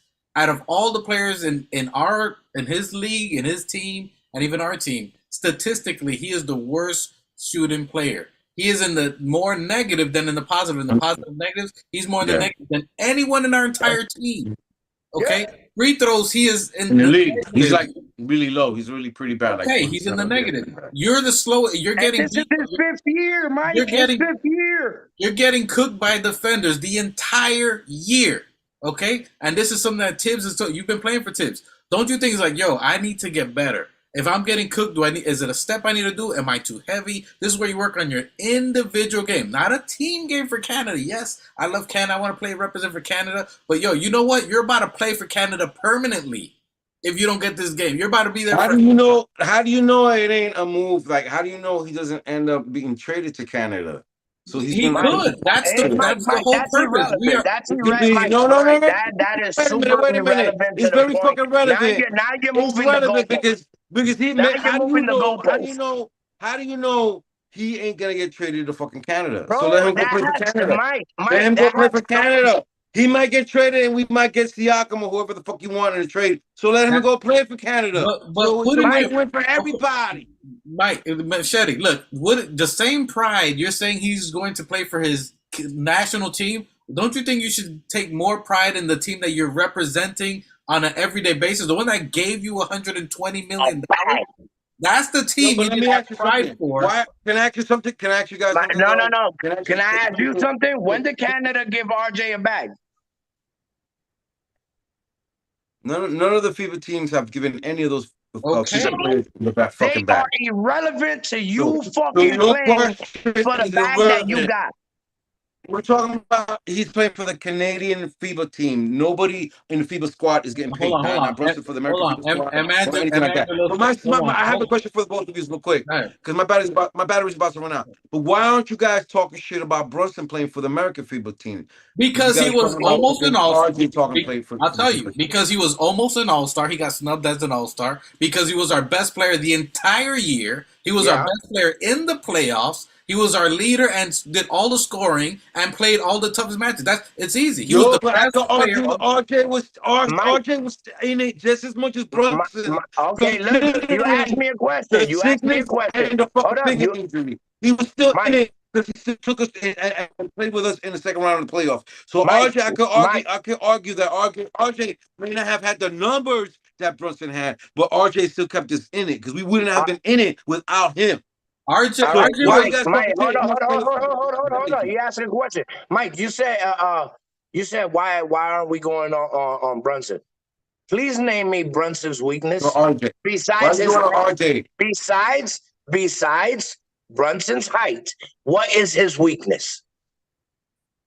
He lack of defense. Mike. Okay. Mike, he plays defense, bro. He just undersized. Brunson's known as a defensive player, bro. Bro. Okay. Hold on. You name him and RJ are both tied in defense. They're both terrible. Now what? Okay. Now offensively, what's Brunson's weakness? Please, I would like to know. No. Wait a minute. No, RJ is a little bit better at defense than Brunson is. He's bigger and he's better than. Are you gonna tell me that RJ is weak in defense? Okay. All right. I agree with you. He bull. I agree with you. He's better than Brunson. When it comes to the offensive game, what weaknesses do you think Brunson has to work on? Nothing. On defense or offense? Offense. He has to work on nothing. Brunson's offense is elite. Is good. I'm not saying it's elite. It's good. It's decent. It's above. It's elite. Way above average. You have to bring something elite to the table. RJ is not an elite defender. RJ has no elite offensive fucking movements, bro. He does not have a bag. No. You're talking apples and oranges. Let me answer it a different way for you. Hold on, Michelle. I'll answer it for you. All right. You're saying that besides Brunson, RJ was one that held it down. Is that what you said, right? In the playoffs, right? Which he was. RJ helped to hold it down. Okay. These guys, I'm agreeing. Because wait a minute, because if you watch the games in the second round, RJ made some plays that kept us in games until we got knocked out. But that's because he helped, along with everybody else, he helped. All right, you're not gonna say that fucking RJ did bad in the fucking playoff in the second round. But nobody else. Because if he did bad, he wouldn't have made it to the second round. No one else played well other than him and Brunson. Randall was invisible. IQ was invisible. Grimes was invisible. Hart was invisible. Mitch was invisible. It's so because you agree with me that RJ did help hold it down just like Brunson did. I'm agreeing. Mike, you know the reason why he helped out? Mike, you know the reason why he helped out? He had so much slack time throughout the regular season. He had so many time off and so much energy to build on that he was basically the only person with energy to push in the playoffs, bro. Everybody else that was on the playoffs that Dwight mentioned that was slacking off is because they balled out all season trying to get us to where we got to, bro. Has RJ? All right. So you make a good point. Phil makes a really good point, but what does that fucking have to do with RJ that he got injured? How's it his fault that he got some rest? Because so then what you're saying is that all right. What you're saying is something different. You're saying that it's the coach's fault for burning everybody out. He only that he couldn't burn RJ out because RJ was injured. So then you're saying that it's Thibs' fault for burning out our players. No. Listen, because of the fact that these players are a lot softer than regular real ballers like Jimmy Butler, like DeMar DeRozan, real ballers that be calling out other ballers that are Fortnite players and are only here to get a check. RJ's not that kind of a player. RJ goes hard. You understand what I'm saying? But these kids are way too soft, bro. Yo, Machete. Go ahead. Yo, I'm just saying, bro, listen. New York Knicks paid RJ the bag. Canada did not give RJ shit. So I don't need RJ for fucking Team Leaf to fucking go play, my nigga. He should go play for the city that paid him the bag. It should be mandatory that these young players work on their skills. You heard that was another point I was gonna bring up. You heard Randall as the leader of the Knicks. You heard what his summer regimen was. He's like, bro, after the year is over, I work on things that I think I needed to do. You feel what I'm saying? You work on shit that you don't execute or are elite at. You work on those things in the summer so you could come into, bro. In order to be an NBA player, you have to have at least one elite skill. Which is IE the go-to move that I've been saying. He's a top 3 pick, my guy. He's the top 3. Ja Morant, you can see what Ja Morant can do. He can cross over you. He can dribble. He can pull up. He's definitely going to wham on you. Zion doesn't play, but when he plays, he's giving you 27, 7, and 6.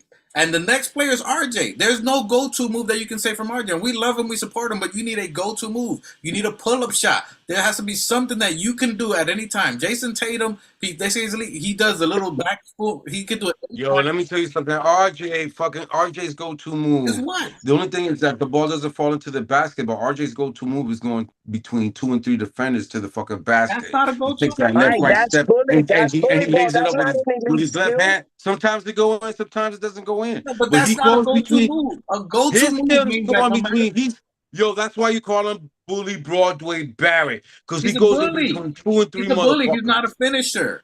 That's what we need. That's the only thing he needs to finish. But his go-to move is because he goes between 2 and 3 guys. He sidesteps. He goes right, and does the layup with the left hand. Well, what's the point? I was watching Raw Hebrew. He was reading out numbers, the negatives and positive numbers for the Knicks players when they played together. When RJ was on the floor, it was a lot of negatives. And that's individual. That is where an individual game process. It's not who you think. So you think he's quick question. Hold up. My bad. Hey, when Grimes, look at Grimes. He went to Penny Hardaway on his offseason to work on driving in and being a go-to player. You feel what I'm saying? A player that could look and find points. That's what Grimes did. He got with Penny, and he's elevating. And you see it during the games because Grimes wasn't playing like that in the beginning. You understand what I'm saying? So that's the same thing that RJ. I mean, he's with Jason Tatum's coach. I don't know what the hell that coach has been giving him, but it's like Dwight said, bro. How can you be the top 3? And you don't have an elite move, bro. You don't fear. RJ doesn't put fear into people like that. Even IQ. RJ does not put like when Ja Morant gets on the court, niggas is like, we're gonna have a long fucking day. When Zion gets on the fucking court, when he is available, players know they're gonna have a long day. When they see RJ, they're gonna be like, damn, this kid is tough, but fuck it, let's get it. Even IQ. When IQ came in the game, he didn't have much of a game, but what did he have? He had that floater. You couldn't stop. You can't stop his floater. He didn't have nothing else, but he had his floater. When he got in front of you, you can count that floater every time he threw it in there. Then he developed everything else. You're supposed to improve each year. If you've been stagnant for 3-4 years, and yes, we've given him a lot of passes. And, I'm 9 high, my guy. No one stood up for RJ more than me, my guy. But even when you have kids, there's a developmental stage that you're supposed to go through. This is his 5th year. You got $120 million. You've been involved in trade rumors since last summer. That should be your fuel to be like, I'm gonna go and Bro, go hard. That's why I'm talking about being upset about him repping Canada. bro, Because you know what I hate? You know what I hate when fucking people say, "Oh, RJ had four different coaches. RJ's young, and RJ is he had a boo boo, or like, come on, it's too many for 4 years. It's been too many excuses. RJ is the golden child of the Knicks, like Freezy says. Lawrence Cheers, shout out to them. You understand what I'm saying? Is the same way they were babying Randall before Jalen Brunson came along, because you gotta cradle some of these players. When Jalen Brunson came along, he was like, what happened to Randall? Randall was getting reprimanded. He was getting sit down. Like, you couldn't do that at that time to RJ because RJ was our draft pick. So they gotta cradle him and baby him and all this shit and come up with excuses. Bro, it's the fifth fucking year, my nigga. If you in the NBA and you can't improve by your third year and bring something elite to the fucking team, being a top 3 pick, bro. Bro, and Yo, relax. He's only 24 years old, man. That's Still my point young. right there. He's still Relax, he's young. only He's still 24. developing. Nigga, take that Everybody nigga to said the Dykeman. same thing about DeMarcus My nigga. Cousins. Everybody Bro, said the I know, same thing about everybody else. Let him play for his country that where he's born from, all right? He's Canadian. Let him fucking let get me that tell out of you, system and feel good that at least he went represent his country and got his reps in while he was out there repping his country out there. But at least let him do that. He could come in there, no animosity that he had to sit down, not being able to I know represent his this people. one dude, right? He balls for his country, a Dominican nigga with one fucking arm, and he's way fucking younger than fucking Yo, RJ. did you His just? name That's is another thing. Hansel, So, nigga. so Sims can go represent the Dominican Republic. So the whole point of all of these guys going out there is because that means that they're getting reps. They're playing. They're out there loosening up. They're stretching. They're getting shots up. That's really what it's all about. Whether they win or not or whatever.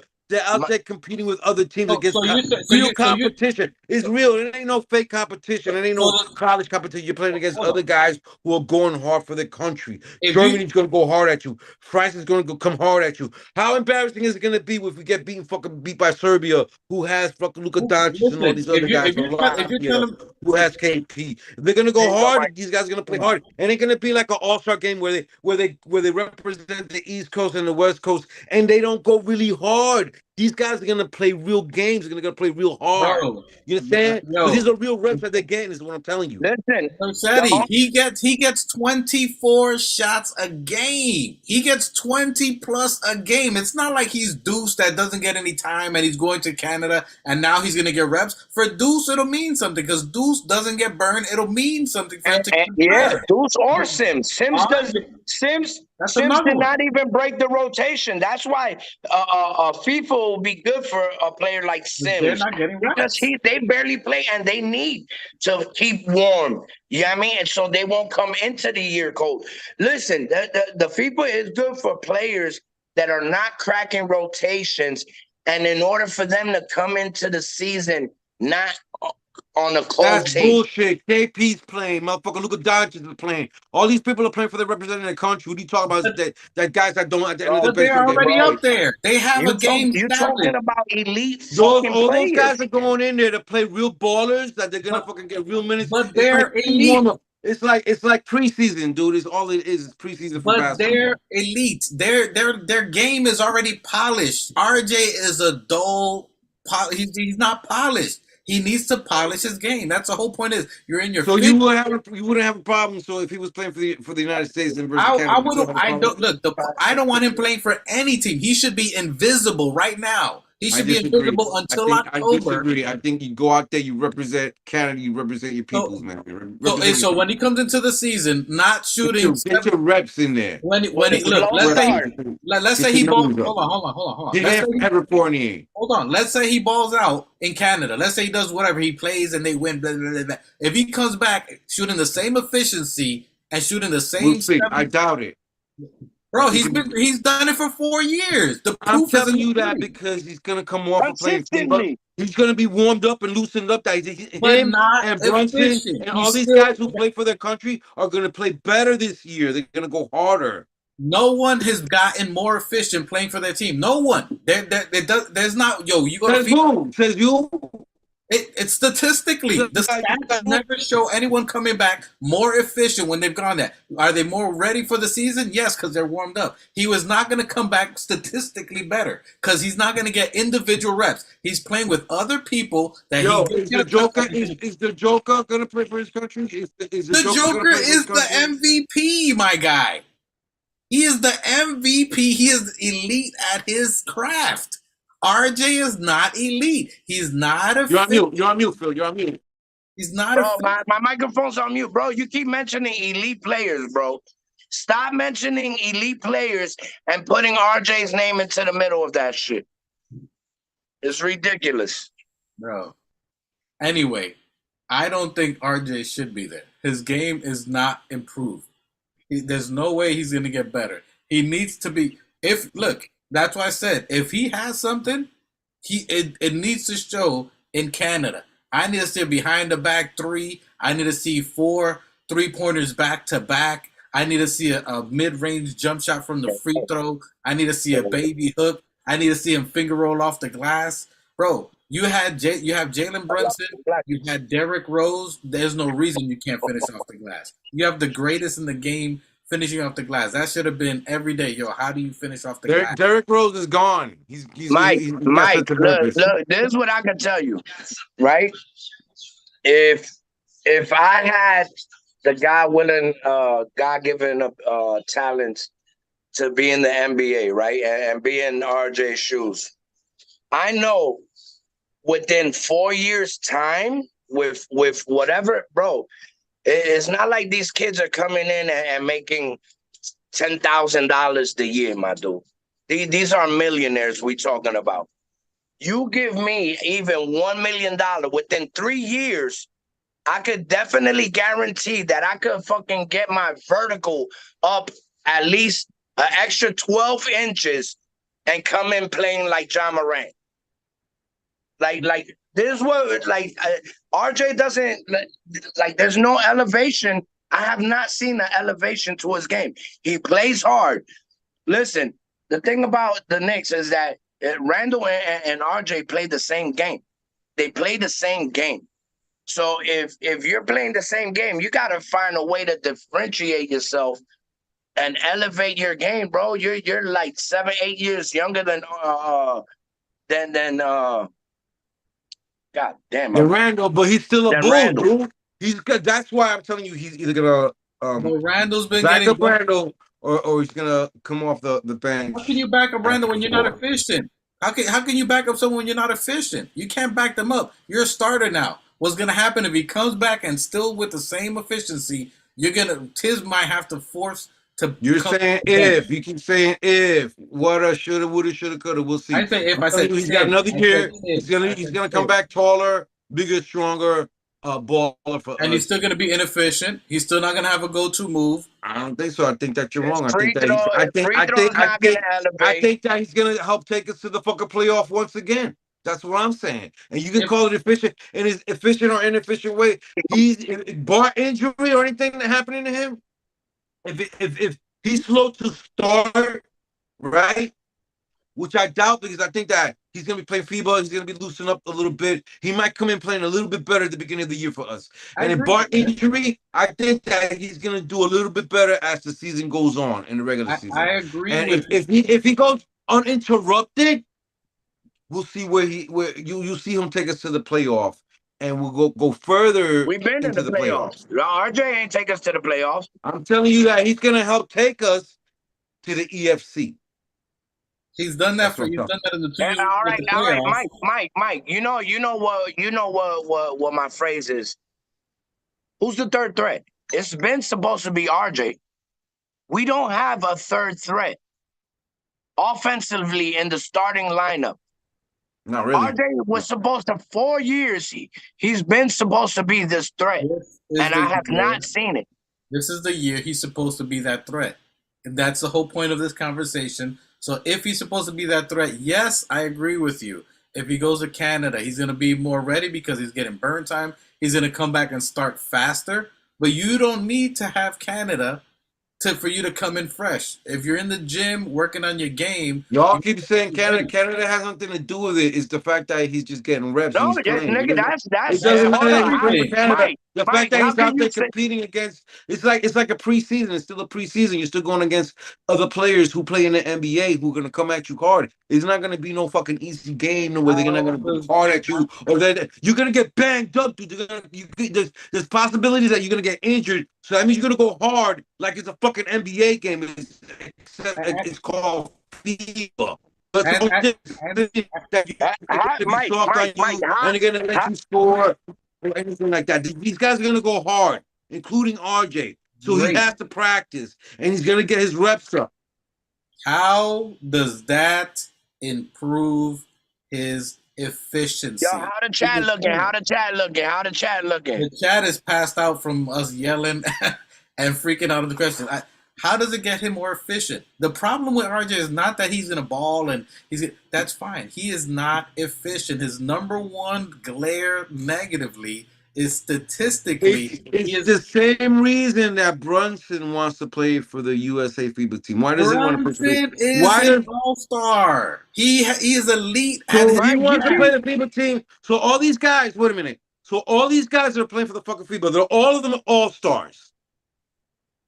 They're efficient at they're very good at their position. All of them Josh, are very good and efficient, and so Josh, RJ isn't. RJ All right, isn't. hey, So hey. all of them but RJ is good or efficient or all stars. okay, let me ask you All this right, no, question. Mike. The people that are playing in FIFA are people that are from that country.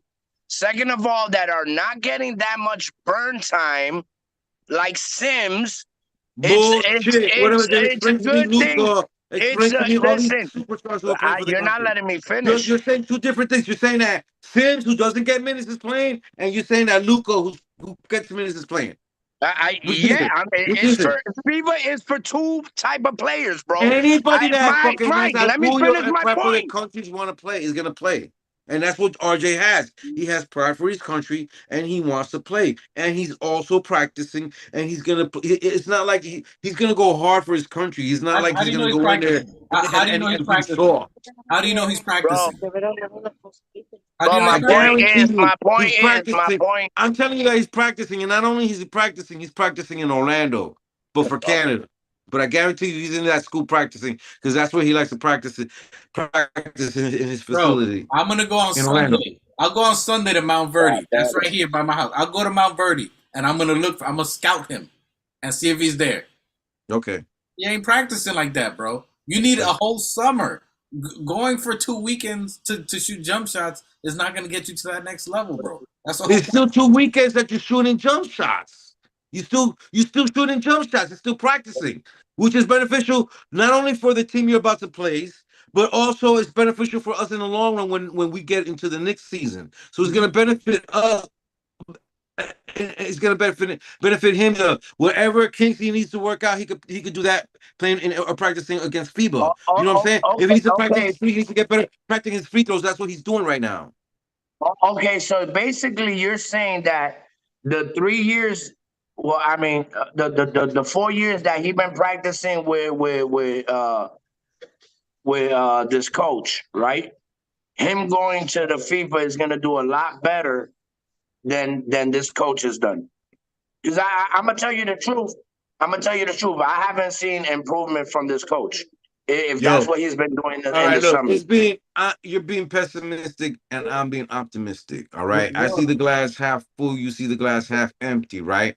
So I look at it as this is practice for him. Is gonna get that monkey off his back. We didn't allow him to play for his country before. What's the monkey? What's the monkey on his back? Can you tell me what the monkey on his back is? That he hasn't been able to represent his fucking country. That's the monkey that's on his back? Because the organization said, no, you couldn't. Now that he's got the bag and he helped get us to the second round, I say, yeah, why would they say, no, you still can't go? Other than we're worried about you getting injured. They're going to say, go, get that shit out your system. Just the same way, if Brunson can do it and whoever the fuck else is representing, go ahead, you earned it. Why not? The only thing that it could do, what's the worst it can do? You know what I'm saying? What's the worst it can do? The worst. All right. I'm Okay, you gonna just give asked you a me. chance to wrap it up, bro. I'm gonna give you a chance to wrap it up after Miguel. There's a final thought. Say what you gotta say, baby. That's it. The worst that it could do is it could turn a turtle into a slower turtle. If RJ comes in a lot slower than what he already fucking slowing down with, it's not beneficial for us. Now, if he comes in from Team USA and I do see his game elevate, I'll say, listen, I'll give it that chance. I'll say, look, kick the coach out, Jalen, whatever his name is, the coach that's training him. Yeah, all right. Let's see what Team Canada could do for RJ that this specialist coach cannot do. All right, so that's hold on, don't even come in. That's the final thoughts. We closing up on RJ. We closing up. We beat that dead horse on it. You said your point. We got it. You said, listen, I don't think it's beneficial for him. This is his 5th year. He's 22. We all beat on the youth. Bro, I've been rocking the 9 jersey forever. I'm in the RJ hive. But there's called progression, bro. It's progression. You have to be able to go. If you're in these rumors, if your boss tell you you're gonna be fired, if you don't get these reports in, and you call for a PTO for the day off the next day on a Friday, you're gonna get fired on a Friday on your day off.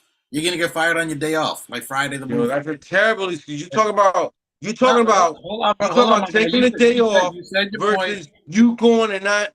You're not really taking a day off. You're playing basketball. You're out there practicing. Not only are you out there, like it's like, let me ask you something. Look, you guys play basketball, right?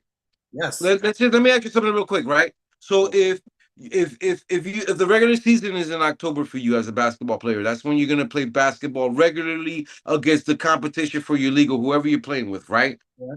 But you've been resting the whole entire summer, or all you've been doing the whole entire summer is just maybe practicing your shots and dropping your handling and shit like that. Versus not only are you practicing your shots and your handling or whatever it is that you're practicing to go play competition.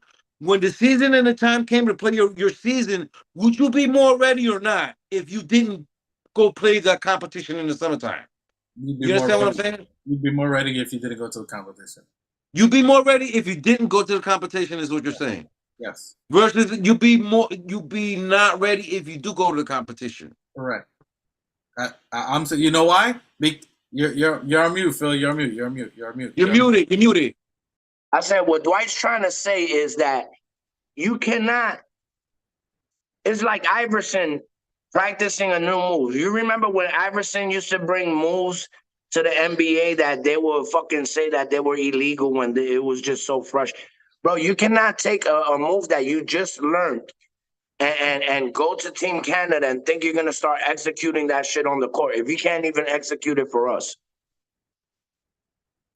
And to answer that, it's not. You can't do it. You learn a new skill. You do it repeatedly until you get good at it. And instead of going to Team Canada, you do what other NBA players do. What all NBA players do when they're in their off season, they learn a new move, they practice, and what do? They do the summer runs. They play against other NBA talents in the gyms with their T-shirts and sweats, a whole bunch of different NBA players, and you try your move. You do a little something, you figure it out. You practice there against NBA talent, not just a bunch of random Europeans and whatever. You're talking about Black Ops, like Melo and Black Ops. You do it in summer runs. That's exactly what this is, dude. This is like a pickup game, but it's called FIBA. It's almost the same thing. You're playing fucking real NBA players, but in real competition. The Black Ops, the only difference is that these are guys, these are superstars getting together to play in a fucking gym somewhere, but they're still going hard. The only difference is that you're actually fucking putting on a uniform,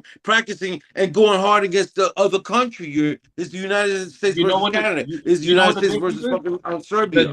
The difference is they don't have to take a flight and go play another team and stay at a hotel. When they're done playing that gym, they can go back with their trainer, work out some more. When's the next run? You guys run the next Saturday? I'm going to fly out there to LA and of course we'll play again. And you work on your game. You're not committed to this team and the schedule and the itinerary and everything else you got to do where you can't work on your game because I got to fly to Paris now with these dudes in this plane. I got to fly at night and he's not able to go to the gym. He's committed to that team and the schedule that they got to play and the conference or whatever they got to play each other. You cannot work on your individual game.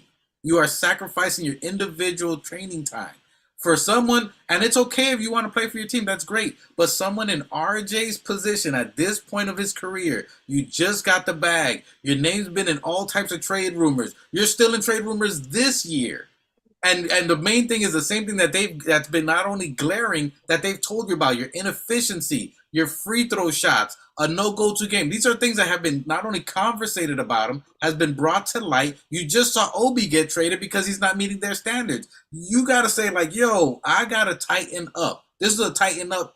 You know, when you make a sin, tighten up season. You tighten up yourself. This is a fact check for yourself. This is a gut check to yourself. Is this for me or not? Now, by him going there, it shows he's selfish, not caring of the team, not caring of his self-discipline. I'm telling you from a perspective for me. That's bullshit. You're talking about a guy who at the press conference says, I'm a Knick. Yo, he's a proud fucking Knick, dude. He's from New York, if you were bro. proud, He grew up in Canada. Let him represent fucking Canada. That doesn't mean that he's not going to represent or not do bad for the Knicks. He's going to come back more stronger. He's going to lose. He's going to be more loose. He's going to be fresher, stronger, and ready to fucking go. How does that improve his individual game? That's what I'm talking to you about. He could be loose. Watch. We'll see. He could be loose doing yoga, bro. He could be doing Pilates and a hot sauna to be loose. That has nothing to do with anything.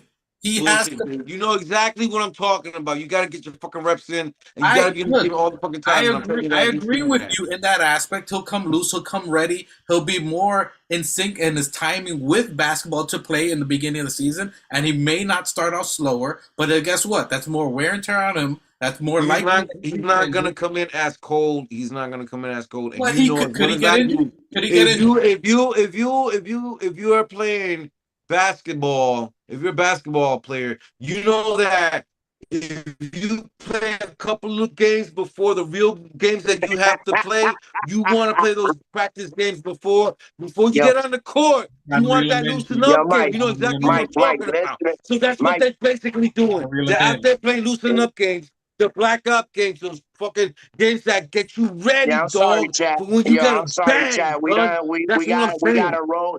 Mike went roll. Mike, can I close? Mike, what the chat wants to know. I love you guys. What? Oh, now you got to run. You just firebombed everything. Now you running. Now you running. Yeah, don't throw a grenade. No. What does the chat want to know? What? The chat wants to know if we're getting to watch the ops this week, bro. Well, what's good with Watch the Ops? You got something for us? We're watching the Ops on Team Canada. The Ops. That's what we're watching right now, Keith. Yeah, that's the segment on Watch the Ops. That's his segment. No, seriously, no, they're right. I'm trying to watch all the summer league games if I can, and I'm trying to watch all the FIBA games as much as I can, because watching those games gives you more information on what the status of the player is. Okay, so you got to watch every fucking game, every fucking player. You got to watch the French games. You got to watch Fournier, see if he's loosening up, how well he does. And not only that, the FIBA games are fun to watch, man, because it's country versus country. There's a lot of pride. There's a lot of competition going on, and it's good fucking sweaty games. Yo, I'm assigning you homework. You are to watch RJ Barrett. And when next time we talk, you are to tell me what improvement has he done on the individual game. I need to know how many free throws he made. I want statistics on his free throw efficiency, what go-to move you seen, and what did you see improve from him. That's what we're going to see, because we're going to ask you, and that's going to be your homework since you're gun-ho about this. I want you to observe and come back with numbers. What was his shooting percentage? What was his free throw percentage? That's what I want to see from you in this next segment. Since you're going for it, that's your homework. And the Watch the Ops episode is definitely gonna be RJ if he don't fucking straighten his shit out. Michael definitely be watching the Ops playing for Toronto. He's gonna be playing with Siakam and OG. See how they get along and see who we're gonna get for RJ. Let him not get a good start and get in his bag this year. Let his 3-point not improve. Let his free throw not improve. He'll be packing his bag on the first flight out of this motherfucker. Bro, him and Evan are gonna be holding hands, skipping to whatever team they're gonna be. That's how bad it is. It's that bad. They're gonna be holding hands and be like, "Bro, you got first class. Me too. Where are you going? I'm going there too." Hey, Yeah, keep So walking. the Knicks, I'll quit for so Mike. so the Knicks are playing the Celtics tonight. We're up 51-34, second quarter, 3 minutes left.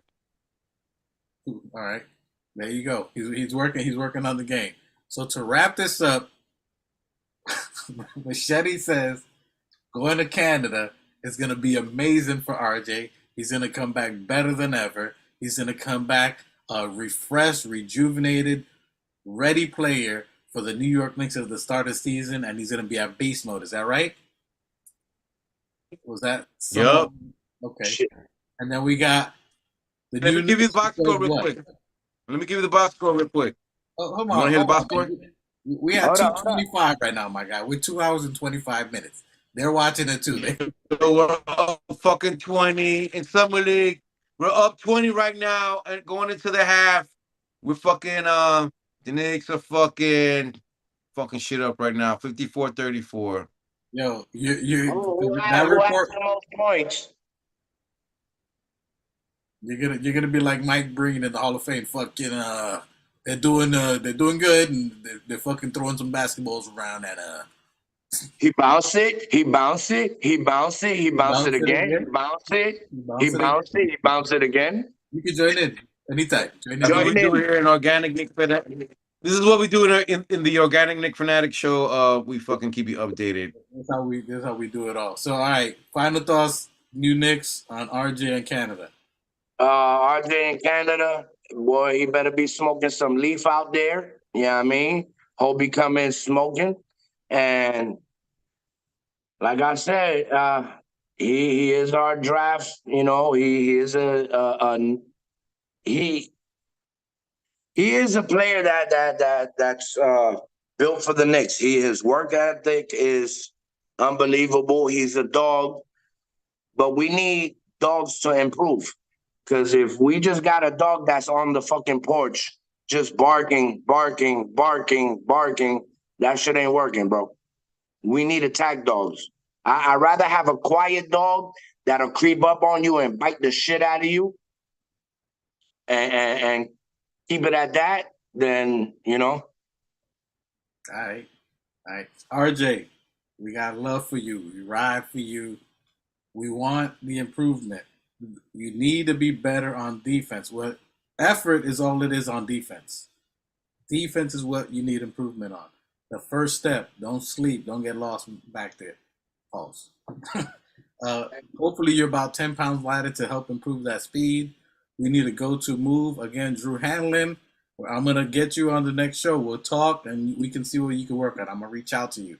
You gotta defend what you're working on, bro. You've got a lot of players. I watch your camps. I support your camps. We're in your chats. We give you lots of love out there. There's only one player that doesn't seem to be advancing, and we are talking about RJ Barrett. And it's on you. So we'd love to see something new you guys worked on. We're hopeful it's going to be a surprise. And we're What's his name? What's his name? Drew Hanlon? Drew Hanlon. All right, Drew.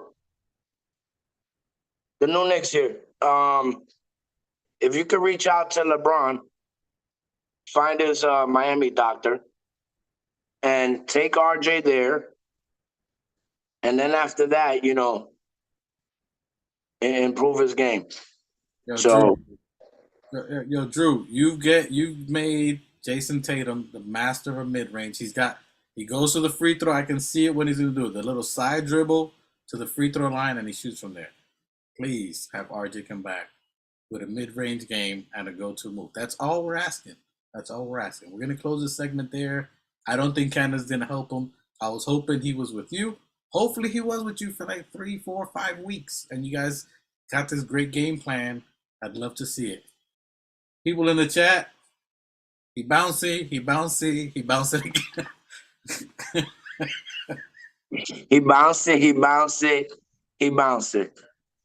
Yo, we appreciate you guys for joining us. Salute. Let us know your thoughts. Put comments on YouTube. If you're watching on YouTube, maybe you're not live in the chat, maybe you're watching it later. What are your thoughts on RJ? Does he take the next step? Do you think he becomes more efficient? What does he need? Do you think this is the year RJ takes a step? That's why we're very passionate about it. You can see the 9. You know what it is. We support it. 9 God.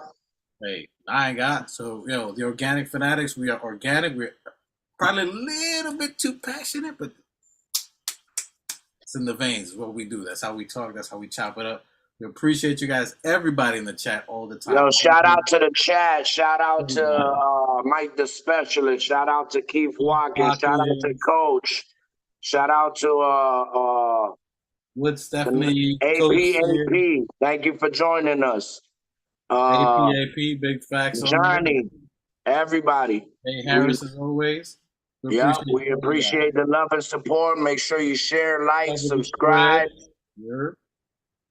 We appreciate you guys. Everybody in the chat. We comment. We chop it up with you guys on your comments.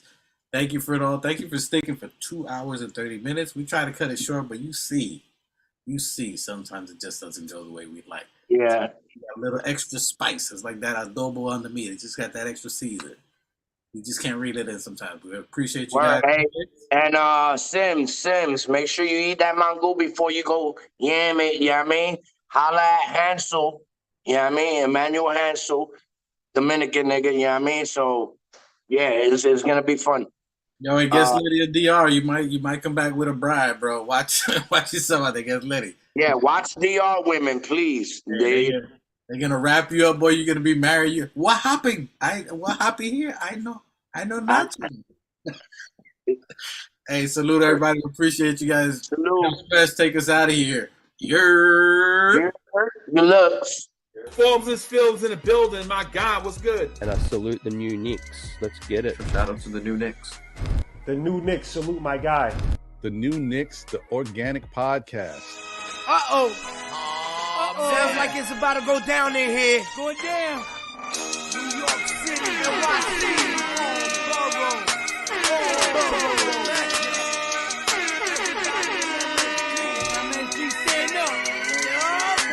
Brooklyn, Staten in the Bronx. Manhattan, Queens, what you want? We want the Knicks. We want the Knicks. We want the Knicks. We want the Knicks. Brooklyn, Staten in the Bronx. Manhattan, Queens, what you want? We want the Knicks. We want the Knicks. We want the Knicks.